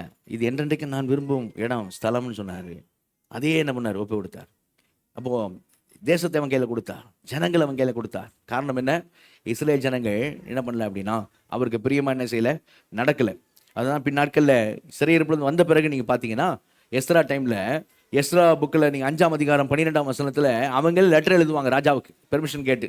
இது ஆலயம் கட்டுறதுக்கு பெர்மிஷன் கேட்டு எழுதும்போது என்ன தான் சொல்லுவாங்க? அந்த எஸ்ரா 5:12 அது லெட்டர்லேயே மென்ஷன் பண்ணுவாங்க. என்ன மென்ஷன் பண்ணுவாங்கன்னா, எங்கள் பிதாக்கள் தேவனுக்கு துரோகம் பண்ணினபடினால எங்கள் தேவன் எங்களை என்ன பண்ணார்? சத்துருக்கள் கையில் என்ன செய்தார்? ஒப்பு கொடுத்தார் அப்படின்னு அவங்களே என்ன செய்வாங்க? ஒத்துக்குவாங்க. ஆமாம், நாங்கள் பண்ண தப்பு, எங்கள் பிதாக்கள் பண்ண தப்பு, எங்களை என்ன செய்தார்? தேவன் ஒப்பு கொடுத்தார்னு சொல்லுவாங்க. அது எஸ்ரா ஜெபிக்கும் போது எஸ்ரா 9ஆம் அதிகாரத்தில் 7ஆம் வசனம் வாசிங்க. எஸ்ரா 9ஆம் அதிகாரம் 7வது வசனம். எங்கள் பிதாக்களின் நாட்கள் முதல் இந்நாள் மட்டும் நாங்கள் பெரிய குற்றத்துக்கு உள்ளா இருக்கிறோம். எங்கள் அக்கிரமங்களின் நிமித்தம் நாங்களும் எங்கள் ராஜாக்களும் எங்கள் ஆசாரியர்களும் இந்நாளில் இருக்கிறது போல அந்நிய தேச ராஜாக்களின் கையிலே பட்டயத்துக்கும் சிறையிருப்புக்கும் கொள்ளைக்கும் வெட்கத்துக்கும் ஒப்பு கொடுக்கப்பட்டோம். அந்த நிமித்தம் எங்கள் அக்கிரமங்களின் நிமித்தம், எங்களுடைய அக்கிரம நிமித்தம் எங்கள் தேவன் எங்களை இந்த மாதிரி காரியத்திற்கு ஒப்பு கொடுத்தார். நாங்கள் ஒப்பு கொடுக்கப்பட்டோம். எங்கள் தேவனே எங்களுக்கு கொடுத்தார். காரணம் என்ன அப்படின்னா அவர் நீதி உள்ளவர். நாங்கள் தான் அநீதி செஞ்சோம், நாங்கள் தான் அநியாயம் பண்ணோம், நாங்கள் தான் அக்கிரமம் பண்ணோம். அவர் சொன்னபடி பரிசுத்த வாழ்க்கை நாங்கள் வாழலை, வேறு பிரிக்கப்பட்ட வாழ்க்கை நாங்கள் வாழலை. அவங்களே சொன்னாங்க. இப்போ நான் இவ்வளோ நேரம் சொன்னேன், இஸ்ரேல் மக்கள் ஜனங்க சொன்னேன். இது எல்லாத்தையும் அப்படியே சம்மரைஸ் பண்ணி சொல்லணும் அப்படின்னா நெகேமியா புஸ்தகம் அழகாக சொல்லும். இது வரைக்கும் நடந்து நான் சொன்ன எல்லாத்தையும் சேர்த்து அப்படியே நெகேமியா புஸ்தகத்துக்கு வந்தபோது நெகேமியாவில் அவங்க ஜெபிக்கிற ஜெபத்தை வாசிக்கும் பொழுது நெகேமியா 9ஆம் அதிகாரத்தில் 22ஆம் வசனம் வாசிங்க. நெகேமியா 9:22. அவர்களுக்கு ராஜ்யங்களையும் ஜனங்களையும் ஒப்பு கொடுத்து அவைகளை எல்லை எல்லையாக அவர்களுக்கு பங்கி, அவர்களுக்குன்னா எங்கள் பிதாக்களுக்கு, இஸ்ரேல் ஜனங்களுக்கு, உம்முடைய ஜனங்களுக்கு, எங்கள் பிதாக்களுக்கு நீர் அந்த சத்துருடைய ராஜ்யங்களையும் அந்த சத்துருக்களையும் ஒப்பு கொடுத்து அவைகள் எல்லையாக அவர்களுக்கு பங்கிட்டீர். எஸ்போனின் ராஜாவாகிய சீகோனின் தேசத்தையும் பாசானின் ராஜாவாகிய ஓகின் தேசத்தையும் கட்டி கொண்டார். 24ஆம் வசனம் வாசிங்க. அப்படியே பிள்ளைகள் உட்பிரவேசித்து தேசத்தை சுதந்திரித்துக் கொண்டார்கள்.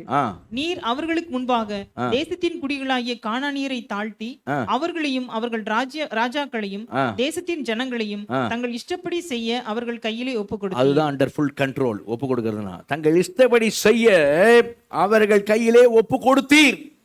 எங்கள் பிதாக்கள் கையில அதான் அவங்க ரிப்போர்ட் எப்படி வந்துச்சு? 12 பேர் போகும்போது 10 பேர் இந்த ரிப்போர்ட் எப்படி சொன்னா, ராட்சசர்களை கண்டோம், ஆனா தேவன் ராட்சசர்களை தன் ஜனத்தின் கையில் ஒப்பு கொடுத்தார். அல்லேலூயா. அதைத்தான் பின்னாட்கள் சொல்றாங்க. சிறையிருப்புல வந்து சொன்ன ஜனம் சொல்லுது, ஆமா ஆண்டவரே, நீர் எங்கள் பிதாக்கள் கையில தேசத்தையும் அந்த இடத்தையும் சத்துருக்களையும் ஒப்பு கொடுத்தீர். ஆனா என்ன, நாங்க என்ன பண்ணோம்? 27ஆம் வசனம் வாசி. 27. ஆகையால் அவர்களை நெருக்குகிற அவர்கள் சத்துருக்களின் கையில் அவர்களை ஒப்பு கொடுத்தீர். ஏன் அப்படின்னா அது 26 வாசிங்க. ஆனாலும் அவர்கள் கீழ்ப்படியாதவர்களாகி அப்படின்னு வாசிவோம். உமக்கு விரோதமாய் களங்கம் பண்ணி உங்களுடைய நியாயப்பிரமாணத்தை புறம்பே எரிந்து விட்டு உங்களுடைய உடன்படிக்கையை தள்ளிட்டு இதெல்லாம் செஞ்சதுனால இப்போ 27 பாருங்க, வாசி. 27 வாசிங்க. ஆகையால் அவர்களை நெருக்குகிற அவர்கள் சத்துருக்களின் கையில் அவர்களை ஒப்பு கொடுத்தீர். அவர்கள் நெருக்கம் அனுபவிக்கிற காலத்தில் அவர்கள் உம்மை நோக்கி கூப்பிடுகிற போதோ நீர் பரலோகத்திலிருந்து கேட்டு உம்முடைய மிகுந்த இரக்கத்தினால் அவர்களை அவர்கள் சத்துருக்களின் கைக்கு நீங்களாக்கி விடுகிற இரட்சகர்களை அவர்களுக்கு கொடுத்தீர். நியாய டைம்ல நான் சொன்னல ஒரு சம்மரியா பார்க்க முடியும் நெகேமியால. சரியா? எழுப்பி இரட்சகர்ல அப்படின்னா கூட நீ மனதுருகினீர் ஆண்டவரே.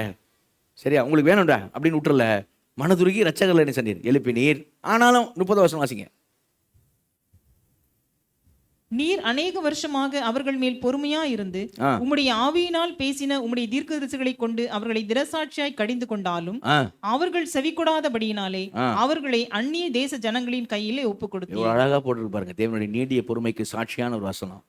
எப்படி போட்டிருக்கு? நீர் அநேக வருஷமாக அவர்கள் மேல் பொறுமையா இருந்து தீர்க்கதரிசிகள் அனுப்பிக்கிட்டே. சரியா? உங்களுடைய ஆவியின் அடுத்து go, next you go, next you go, அப்படி அது மாதிரி புரியுது இல்லையா? அனுப்பிட்டா ஒரு தீர்க்கதரிசி கொள்றாங்க, ஒரு தீர்க்கதரிசி அடிக்கிறாங்க, ஒரு தீர்க்கதரிசி துன்பப்படுத்துறாங்க, நெக்ஸ்ட் அனுப்பிச்சிட்டே இருக்காரு. சரியா? அவ்வளோ அதான் அங்கே போட்டிருக்க முடியும். ஆவியினால் பேசின தீர்க்கதரிசிகளை கொண்டு அவர்களை திரசாட்சியை கடிந்து கொண்டாலும் அவர்கள் செவி கொடாதபடினாலே ஃபைனலா அவர்களை அந்நிய தேசத்தின் ஜனங்கள் கையில் உம்முடைய ஜனத்தை என்ன செய்தார்? நீர் ஒப்பு கொடுத்தீர். இந்த நாளில் நாங்கள் நிந்தை என்ன செய்கிறோம்? அனுபவிக்கிறோம் அப்படின்னு சொல்லுவாங்க. கவனிங்க, முக்கியம் கவனிங்க.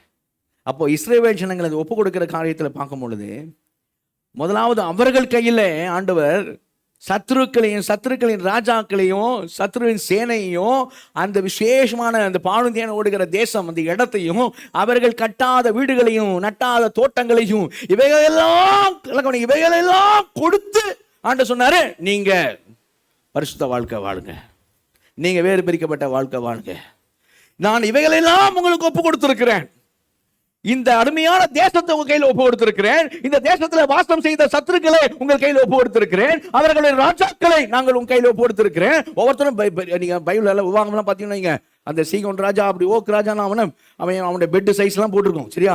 அவன் என்னுடைய பட்டையின் சைஸ்லாம் போட்டிருக்கோம். அவ்வளோ ராட்சசன் போல இருந்தவனுங்க. ஆனால் எல்லாரையும் நான் என்ன செய்வேன்? உன் கையில் என்ன செய்தேன்? ஒப்பு கொடுத்தேன். நல்ல ஒரு அருமையான பாலும் தேனும் ஓடுகிற தேசத்தை உன் கையில் ஒப்பு கொடுத்து நீ கட்டாத வீட்டில் குடியிருக்கும்படியாக நான் வீடுகளை உங்களுக்கு கொடுத்தேன், நான் நல்ல தோட்டங்கள் உங்களுக்கு கொடுத்தேன், நல்ல விளைச்சலை கொடுத்தேன், எல்லாத்தையும் கொடுத்துட்டு நான் உங்கள்கிட்ட சொல்றேன், நீங்க எனக்கேற்ற பரிசுத்தவான்களாக பரிசுத்த காரியத்தை நடப்பிக்கிறவர்களாக பரிசுத்த நடக்கை கொண்டவர்களாக வாழுங்கள் அப்படின்னு இஸ்ரேல் ஜனங்களுக்கு சொன்னார். ஆனா நமக்கு ஆண்டவர் என்ன சொல்லலாம்? நான் இந்த உலகத்துல உனக்கு நல்ல ஒரு இடத்தை கொடுத்திருக்கிறேன், இந்த உலகத்துல நான் உனக்கு ஒரு வீட்டை கொடுத்திருக்கிறேன், இந்த உலகத்துல நான் உனக்கு தோட்டம் கொடுத்திருக்கிறேன், இந்த உலகத்துல சத்துருக்களை உன் கையில கொடுத்திருக்கிறேன், இந்த உலகத்துல நான் இதை உனக்கு கொடுத்திருக்கிறேன், அதனால பரிசுத்த வாழ்க்கை வாழு அப்படின்னு சொல்லல. அதனால பரிசுத்த வாழ்க்கை இதெல்லாம் நான் உனக்கு ஒப்பு கொடுத்திருக்கிறதுனால நீ பரிசுத்த வாழ்க்கை வாழுன்னு சொல்லல, அதல்ல. ஆனா நமக்கு சொல்லிட்டு இருக்குது அவர் ரோமர் 8:32 அவர் தன் சொந்த குமாரன் என்றும் பாராமல் நமக்காக அவரே ஒப்பு கொடுத்தபடியா அவரோடு கூட மற்ற எல்லாவற்றையும் அருளாதிருப்பது எப்படி? வித்தியாசத்தை புரிஞ்சுக்கணியா?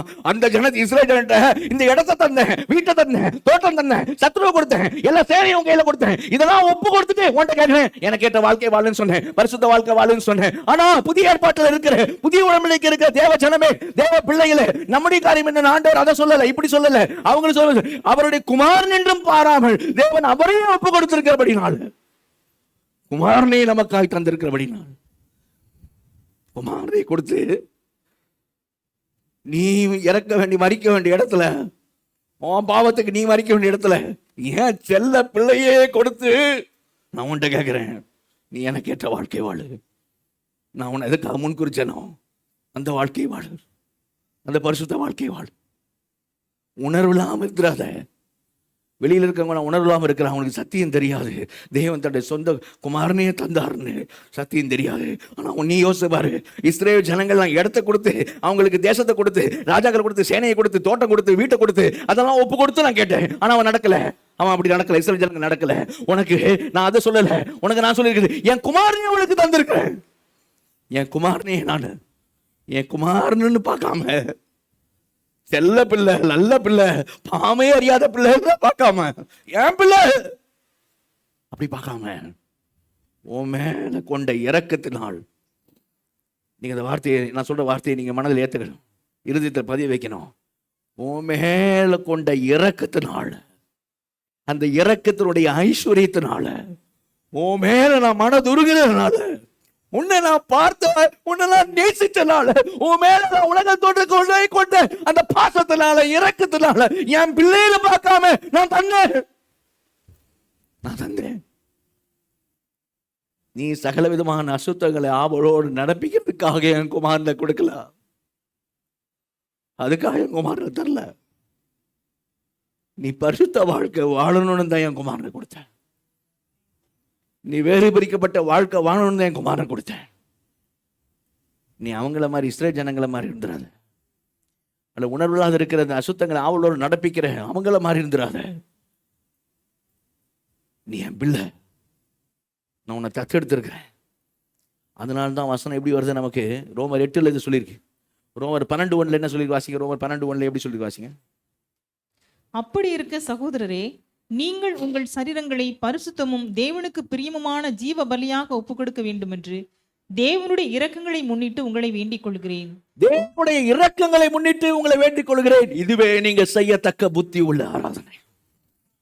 அல்லேலூயா. பவுல் என்ன சொல்றாரு? ஆவியானவர் ஏவப்பட்டு சொல்றாரு, என்ன வார்த்தை சொல்றாரு? இப்படி அப்படி இருக்க சகோதரரே, நீங்கள் உங்கள் சரீரங்களை, உங்களுடைய பாடி, உங்களுடைய சரீரங்களை பரிசுத்தமும் தேவனுக்கு பிரியமான ஜீவ பலியாக ஒப்பு கொடுக்க வேண்டும் என்று தேவன் தன் சொந்த குமாரன் என்று பாராமல் அவரையே ஒப்பு கொடுத்தபடினால அந்த இரக்கத்தை பாரு, அந்த இரக்கத்தின் ஐஸ்வர்யத்தை பாரு. ஓ மேல இறங்குறதுனால, இல்லைன்னா உனக்கு நிலைமை என்ன? அவருடைய கோபம் மேல வரணும். ஆனா அந்த கோபம் அங்க போச்சு, குமாரன் மேல போச்சு. அவருடைய குமாரனே பலியாய் கொடுத்த அந்த இரக்கத்தினால, குமாரன் என்று மாறாமல் அவரையே கொடுத்த அந்த இரக்கத்தின் ஐஸ்வர்யத்தை பாரு. தேவன் உனக்கு பாராட்டின இரக்கத்தை பாரு, அந்த இரக்கத்தை பாரு.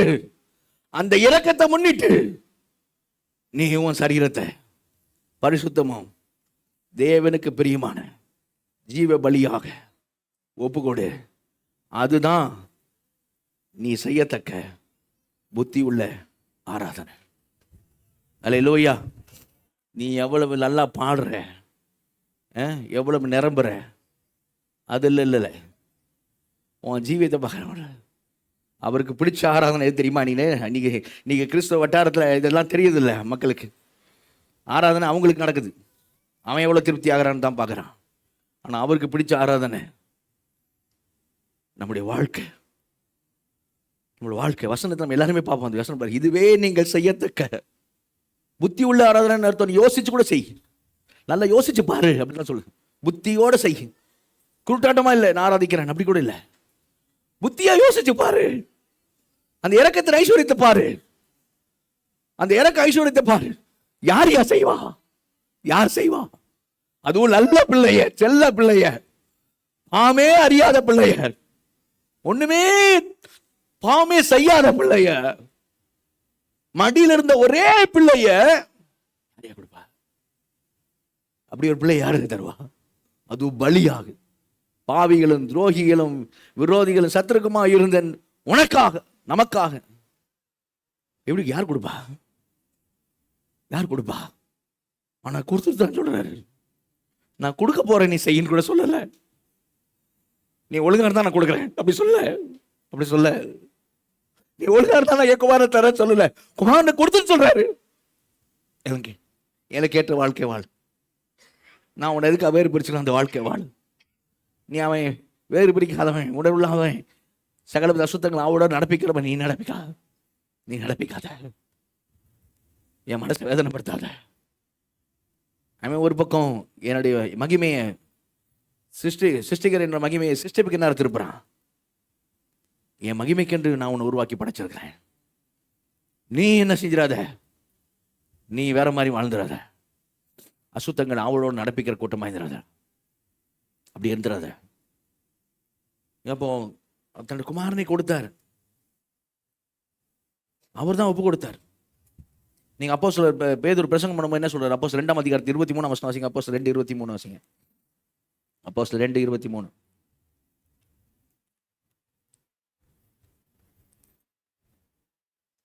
அப்படி இருந்தும் தேவன் நிர்ணயித்திருந்த ஆலோசனையின்படியையும் அவருடைய முன்னறிவின்படியையும் ஒப்புக்கொடுக்கப்பட்ட அந்த இயேசுவை நீங்கள் பிடித்து அக்கிரமக்காரருடைய கைகளினாலே சிலுவையில் ஆணியடித்து கொலை செய்தீர்கள்.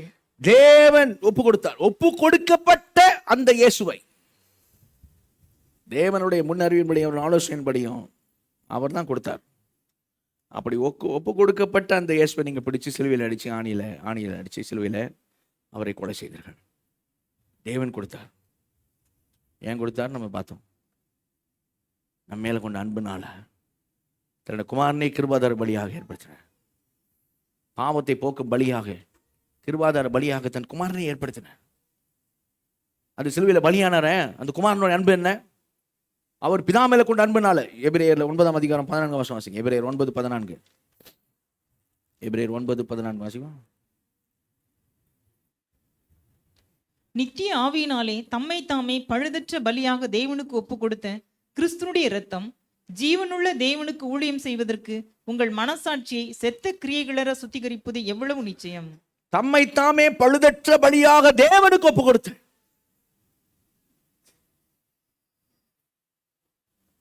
இயேசுவை பாருங்கள், கிறிஸ்துவை நோக்கி பாருங்கள். அவர் என்ன செய்தார்? தேவன் மேல உள்ள பிரியத்தினால், தேவன் மேல அன்புனால தன்னையே பழுதற்ற பலியாக தம்மை தாமே ஒப்பு கொடுத்தார்.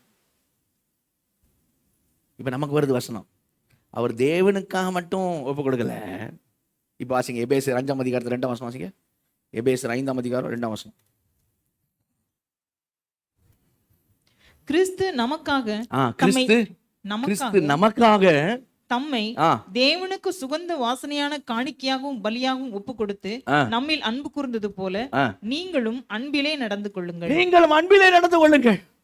அவர் நம்மேல் கொண்ட அன்பினால கிறிஸ்து நமக்காக தம்மை, அவரை தேவனுக்கு சுகந்த வாசனையாய் காணிக்கையான பலியாக ஒப்பு கொடுத்தார். அவர் ஒப்பு கொடுத்தார் அன்புனால, உண்மையில கொண்ட அன்புனால. அப்ப நீங்களும் அந்த அன்பில் நடந்து கொள்ளுங்க. நிச்சயமா சொல்றேன், தேவனை உண்மையாய் நேசிக்கிறோம். வேதம் சொல்லுது கேட்டியா? ஒன்று 8 அதிகாரம் 3 வசனம் நினைக்கிறேன்.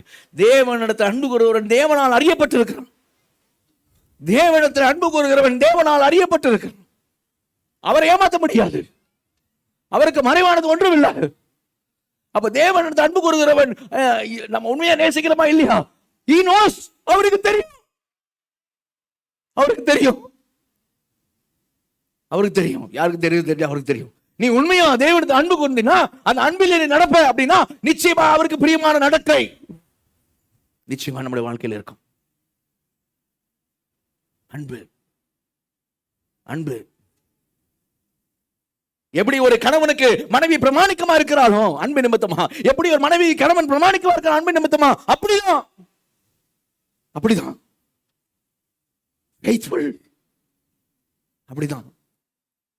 அதுதான் அன்பு. இல்லைன்னா அதுக்கு பேரு துரோகம். வேற மாதிரினா துரோகம். அதுக்கு வார்த்தை துரோகம். இஸ்ரேல் ஜனங்கள் துரோகம் பண்ணினபடினாள் அப்படிதான் வாசிப்பாங்களாம். அவங்கள பத்தி வாசிக்கும் போது அவர்கள் தேவனுக்கு துரோகம் பண்ணினபடினாள், உடன்படிக்கை மீறினபடினாள். அப்ப நாம இதெல்லாம் சின்ன விஷயமா நினைச்சிடக்கூடாது. அவருக்கு பிரியமான நடக்கை, பிரியமானதை நடப்பிப்பது, அதான் தேவை. இயேசு கிறிஸ்து குறித்து தீர்க்கதரிசனம் என்ன சொல்லப்பட்டு தெரியுமா? ஏசாயா 50 அதிகாரம் 6 வசனத்துல அவர் எப்படி ஒப்பு கொடுத்தாங்க தெரியுமா? ஏசாயா 50:6 நமக்காக நம் மீது கொண்ட அன்புனால, சரியா, முகத்துல காரி துப்பப்படும், அடிக்கப்படும். பாருங்க, அடிக்கிறவர்களுக்கு என் முதுகையும் தாடை மேரை பிடுங்கிறவர்களுக்கு என் தாடைகளையும் ஒப்பு கொடுத்தேன். அவமானத்துக்கு உமிழ் இருக்கும், என் முகத்தை மறைக்கல. ஏசையா ஏன் அப்படின்னா,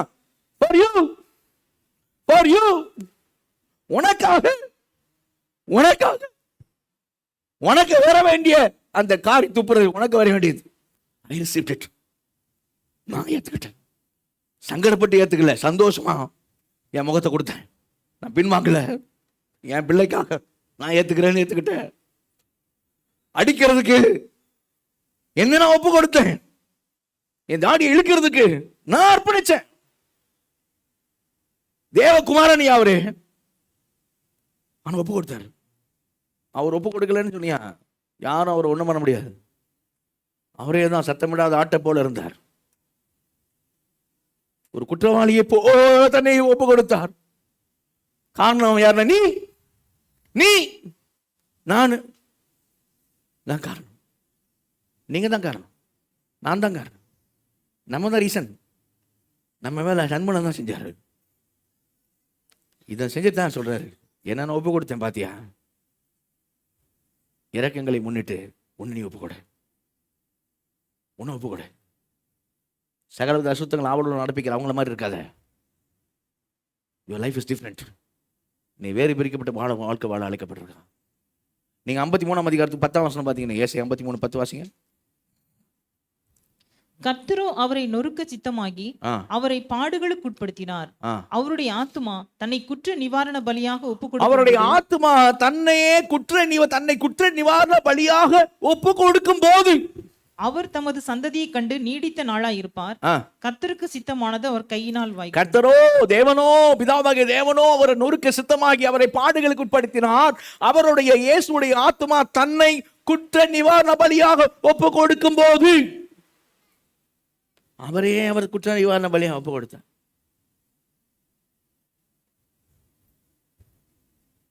ஆண்டவர் பேசி இருந்தார்னு வச்சுங்க, அவர் பக்கம் இருக்க நியாயத்தை பிலாத்து அவரை அங்க ஒப்பு கொடுத்துருக்க மாட்டான். ரோமருடைய வழக்கு என்ன தெரியுமா?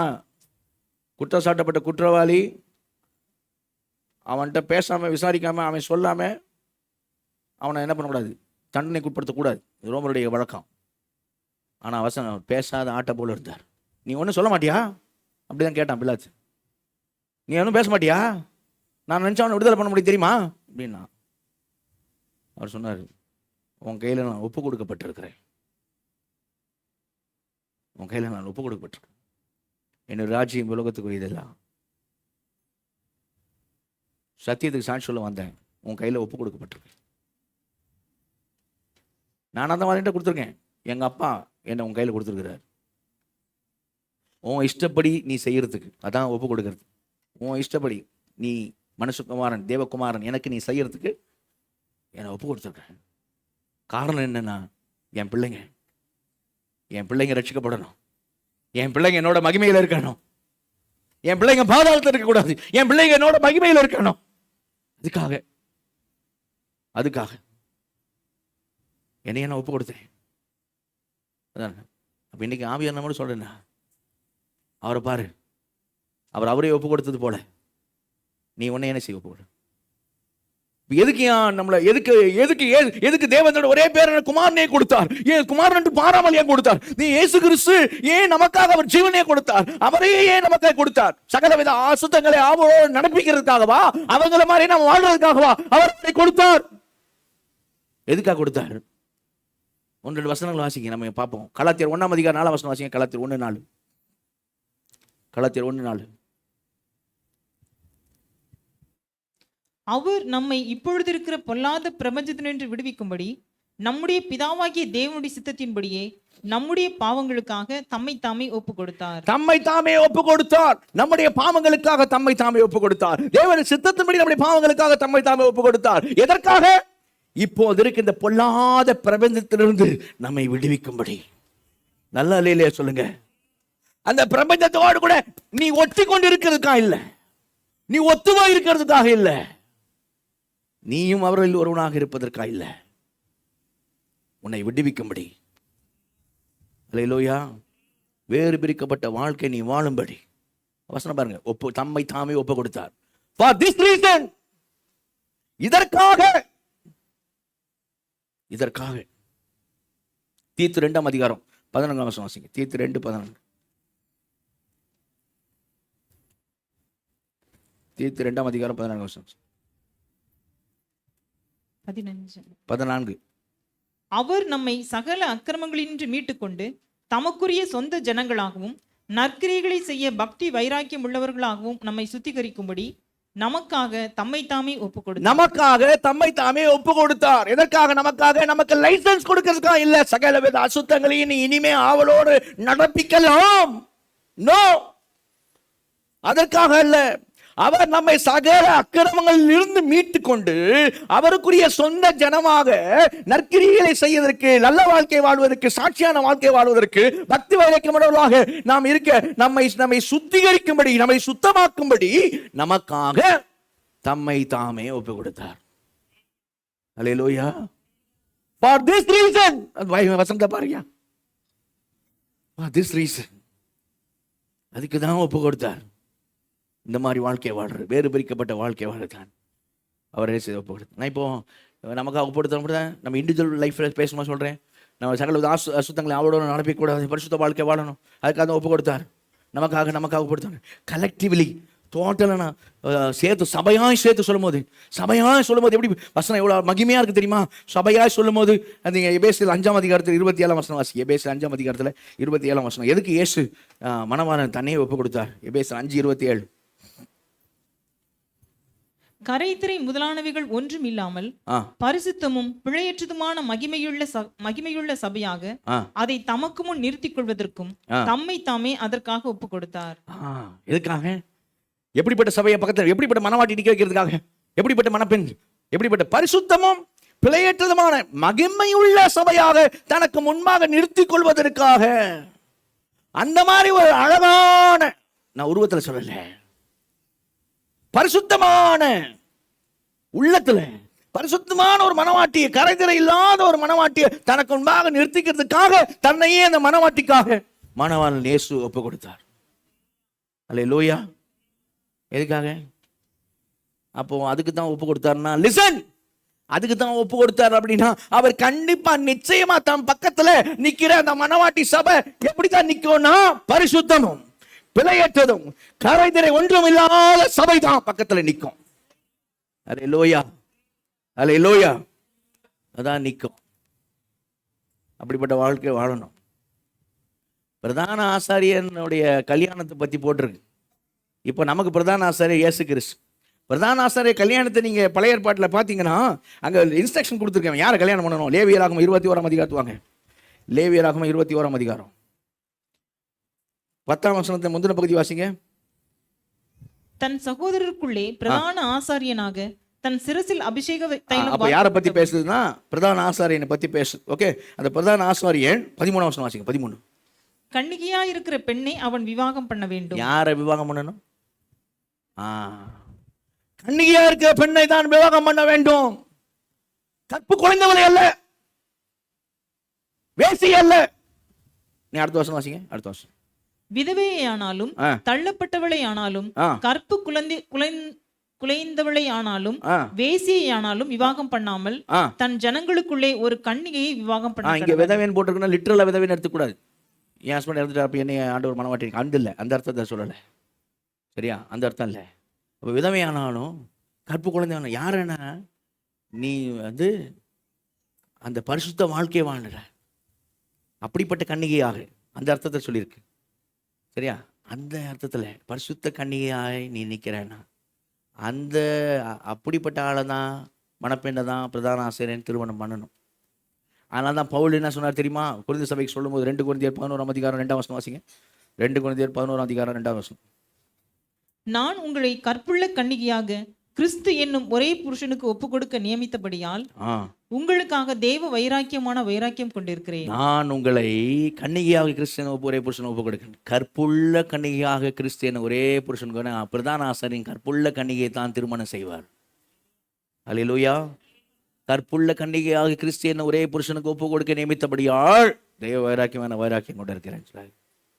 எப்படி நிற்கிறோன்னு பார்த்தீங்களா? எப்படி நிற்கிறோன்ட்டு. அவன் நம்மளை பற்றி கவனிங்க. காம விகாரம்னா நீங்கள் 1 பேதுரு 4ஆம் அதிகாரம் 3ஆம் வசனம் பார்த்தீங்கன்னா முந்தைய நிலை, நம்முடைய முந்தைய நிலை. அந்த வசனம் எப்படி ஆரம்பிக்க ஸ்கிரீன்ல போட்டுக்கலாம். 1 பேதுரு 4:3 பார்த்தீங்கன்னா சென்ற வாழ்நாள் காலத்திலே அப்படின்னா போன ஜென்மம் கிடையாது. இயேசு அறியதுக்கு முன்னாடி, சத்தியத்தை அறியதுக்கு முன்னாடி, உடன்படிக்கை பண்றதுக்கு முன்னாடி, ஞானஸ்நானம் எடுக்கிறதுக்கு முன்னாடி, ரட்சிக்கப்படுறதுக்கு முன்னாடி, சென்ற வாழ்நாள் காலத்திலே புறஜாதிகள், அஞ்ஞானிகள், ரட்சிக்கப்படாதவர்களே இஷ்டத்தின்படி நடந்து கொண்டது போதும். Stop it, enough. நடந்து கொண்டது போதும். அப்பொழுது நாம் காம விகாரத்தையும் ஸ்டார்டிங் அதான். அப்போது நாம் காம விகாரத்தையும் துரிச்சைகளை நடப்பித்து மதுபானம் பண்ணி கல்யாட்டு செய்து அருவருப்பான விக்கிரகங்களை செய்து வந்தோம். சென்ற வாழ்நாள் காலத்துல நாமளும் காம விகாரத்துல தான் இருந்தோம். ஆனா நம்மளே அவர் மீட்டெடுத்திருக்கிறார். அல்லேலூயா. நம்மை ரட்சித்திருக்கிறார் பரிசுத்த வாழ்க்கையை வாழ்வதற்காக. அதனால தான் பவுல் இந்த எபேஸ் 4ஆம் அதிகாரத்தை இதெல்லாம் பேசும்போது எப்படி பேசுறாருன்னா, எச்சரிக்கையா சொல்லுகிறது என்னவென்றால், இல்லையா அந்த வார்த்தை சொல்றாருல, வாசிங்க எபேஸ் 4ஆம் அதிகாரத்தை 17ஆம் வசனம் வாசிங்க. எபேஸ் 4:17. ஆதலால் கர்த்தருக்குள் நான் உங்களுக்கு சாட்சியாக சொல்லி எச்சரிக்கிறது என்னவெனில், மற்ற பிரஜாதிகள் தங்கள் வீணான சிந்தையிலே நடக்கிறது. எச்சரிக்கிறது என்னவெனில், எச்சரிப்பா சொல்றார்.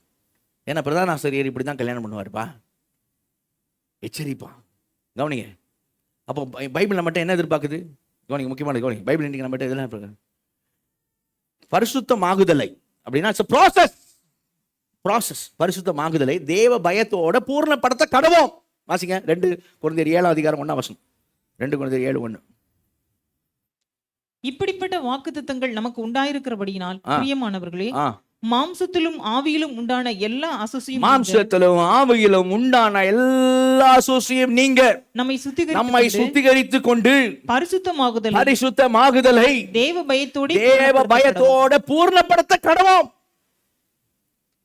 அல்லேலூயா. கலகோனிங்க. பரிசுத்தமாகுதலை அப்படின்னா இட்ஸ் a process.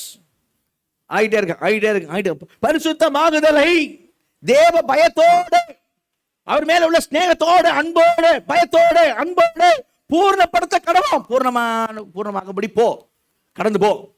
எபிரேயர்ல கூட வாசிப்போம், பூர்ணராகபடி கடந்து போவோமாக. கவனிங்க. அப்போ பூர்ணராகபடி கடந்து நீ பூர்ணமாய் தான் நிக்கணும். இப்போ அப்படி இல்லை.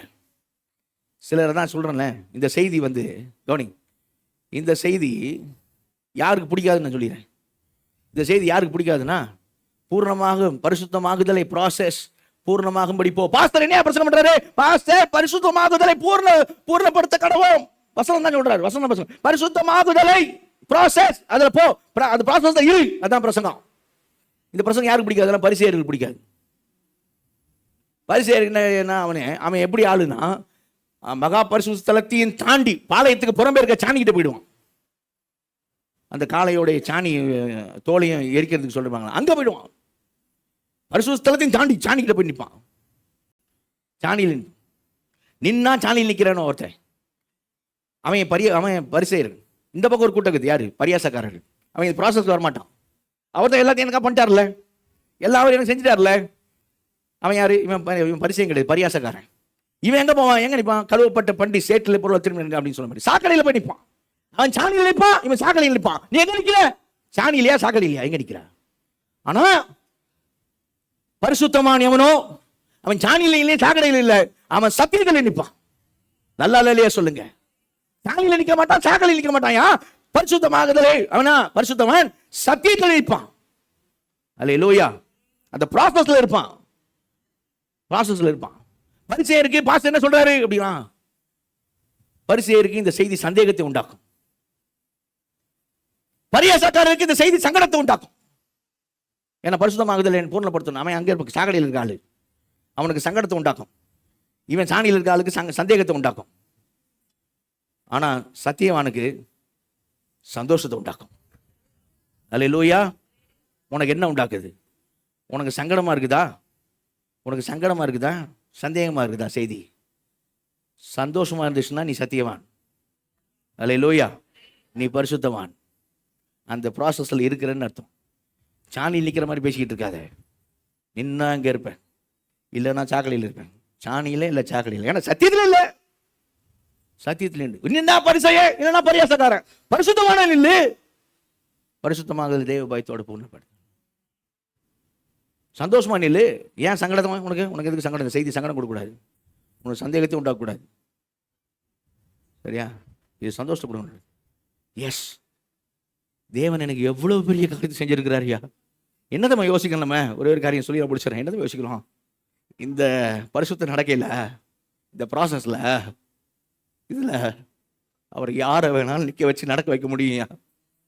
யார் வேணாலும், நம்ம இடத்துல வேற யாரை வேணாலும் அவரால் நிற்க வைக்க முடியும். இட்ஸ் ட்ரூ, 100% உண்மை. நம்முடைய இடத்துல அவர் யாரை வேணாலும் நிற்க வைக்க முடியும். ஆனா உன்னதான் நிற்க வச்சிருக்காரு, என்னதான் நிற்க வச்சிருக்காரு. ஏன்? கிருபை, இரக்கம், தயவு, காருண்யம். அதுல நிலைத்திரு. சகலவித அசுத்தங்களை ஆவலாக நடப்பிக்கிறதுக்காக நீ நான் அழைக்கப்படலாம். நம்முடைய பாவத்துக்காக இயேசு ஒப்பு கொடுக்கப்பட்டது உண்மைதான். அங்கேயே நிறுத்தக்கூடாது, சத்தியம் இல்லை. அங்கே முழு சத்தியத்துக்குள்ள வரணும். என்ன முழு சத்தியம்? ரோமர் 4:24 வாசிங்க. ரோமர் 4:24.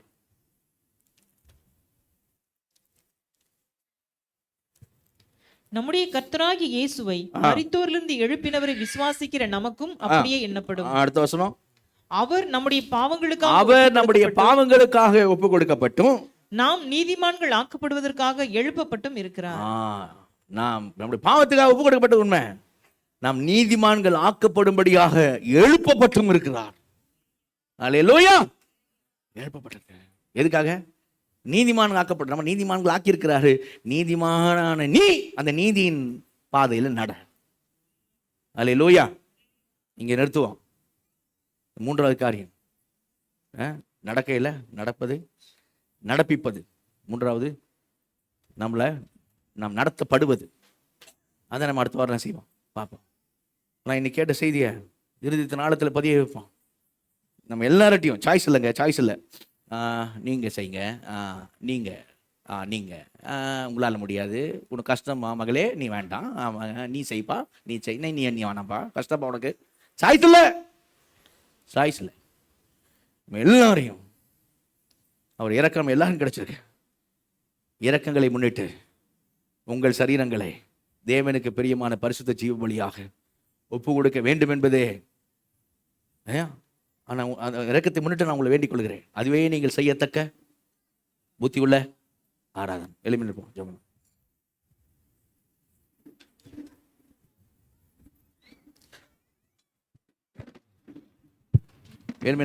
நம்ம எல்லாரும் கண்களை மூடி நம்மளை ஆண்டோட இடத்துல ஒப்பு கொடுப்போம். உண்மையாக எல்லாரும் கண்களை மூடி ஒரு விஷயம் கூட ஆண்டோட கேட்போம். ஆண்டவரே, நீங்கள் விரும்புகிற மாதிரி அந்த பரிசுத்த வாழ்க்கை நான் வாழணும்ப்பா, எனக்கு உதவி செய்யுங்கன்னு கேட்போம் ஆண்டவர்கிட்ட. ஆண்டவரே, எனக்கு உதவி செய்யுங்க, நீங்கள் விரும்புகிற அந்த பரிசுத்தம் எனக்குள்ளே காணப்படணும். ஆண்டவரே, எனக்கு உதவி செய்யுங்க. நீங்கள் உதவி செய்யாமல் என்னால் வாழ முடியாது. நானே தனியாக பரிசுத்த வாழ்க்கை வாழ முடியாது. ஆண்டவரே, எனக்கு நீங்கள் உதவி வேணும்ப்பா, உங்கள் கிருபை வேணும். ஆண்டவரே, எனக்கு உதவி செய்யுங்க, கிருபை தாங்க. தொடர்ந்து நான் பரிசுத்தத்தை நடக்க, பரிசுத்தமாக தெய்வ பயத்தோடு பூர்ணப்படுத்த எனக்கு கிருபை தாங்க, கிருபை தாங்க. எல்லாம் கண்கள் மூடிக்கிட்டோம், எல்லாரும் கண்கள் மூடிக்கிட்டோம். வாஞ்சியோடு தாகத்தோடு ஆண்டு கேட்போம், கரங்களை உயர்த்தி கேட்போமா. ஆண்டவரே, எனக்கு கிருபை தாங்க, தொடர்ந்து பரிசுத்தத்தில் நடக்க, பரிசுத்தமாக தெய்வ பயத்தோடு பூர்ணப்படுத்துறதுக்கு எனக்கு கிருபை தாங்க. கரங்களை உயர்த்தி கேட்போம். வல்ல பிதாவே, நடியோடுமாய் சோதரிக்கிறோம், துதிக்கிறோம். கிருபை மிரக்கும் தாயின் இறந்தவரை பாந்த நேரத்தில் குமார் நாங்கள் இயேசு நாமத்தின் இடத்தில் வருகிறோம். எங்களோடு நீர் பேசின வார்த்தைகளுக்கு மக்கள் நாங்கள் நன்றி செலுத்துகிற கர்த்தாவே. கரங்களை உயர்த்திருக்க ஒவ்வொருவருக்கும் கர்த்தா தகப்பனே, நீர் கிருபை தருபடியா. சொந்த குமாரன் என்று பாராமல் எங்களுக்காக அவரையே ஒப்பு கொடுத்திருக்கிறீரே. குமாரனே, எங்களுக்காக நீர் உண்மையே கையளித்திருக்கிறீரே. எங்களையும் பரிசுத்த ஜீவ பலியாக சரீரங்களை நாங்கள் ஒப்பு கொடுக்கபடியா கிருபை வேண்டும் ஆண்டவரே. பரிசுத்த வாழ்க்கை வாழ கிருபை வேண்டும் ஆண்டவரே என்று சொல்லி கரங்களை உயர்த்திருக்க ஒவ்வொருக்கேற்ற கிருபை கொடுத்து கிருபையாய் கர்த்தரில் வழிநடத்தும்படி வல்ல கர்த்தர் அர்ப்பணிக்கிறோம். பெரிய காரியங்களை செய்ய மேலே தாழ்த்துக்கிறோம். இயேசுவின் நாமத்தின் ஜெபங்களும் ஜீவனங்கள் நல்ல பிதாவே, ஆமென். கைகளை கீழே போடுவோம், சேர்ந்து சொல்லுவோம். என் ஆத்துமாவே கர்த்தரை ஸ்தோத்திரி, என் முழுலுமே பரிசுத்த நாமத்தை ஸ்தோத்திரி. என் ஆத்துமாவே கர்த்தரை ஸ்தோத்திரி, அவர் செய்த சகல உபகாரங்களையும் மறவாதே. ஆமென். கர்த்தராகிய இயேசு கிறிஸ்துவின் கிருபையும் பிதாவாகிய தேவனுடைய அன்பும் பரிசுத்த ஆவியினுடைய அந்யோன்ய ஐக்கியமும் சுகமும் பாதுகாப்பு அனைவருடைய இப்பொழுதும் எப்பொழுதும் இயேசு கிறிஸ்து ரகசிய வருகை மட்டும் இருப்பதாக. Hallelujah, hallelujah, hallelujah. Praise the lord, praise the lord, praise the Lord.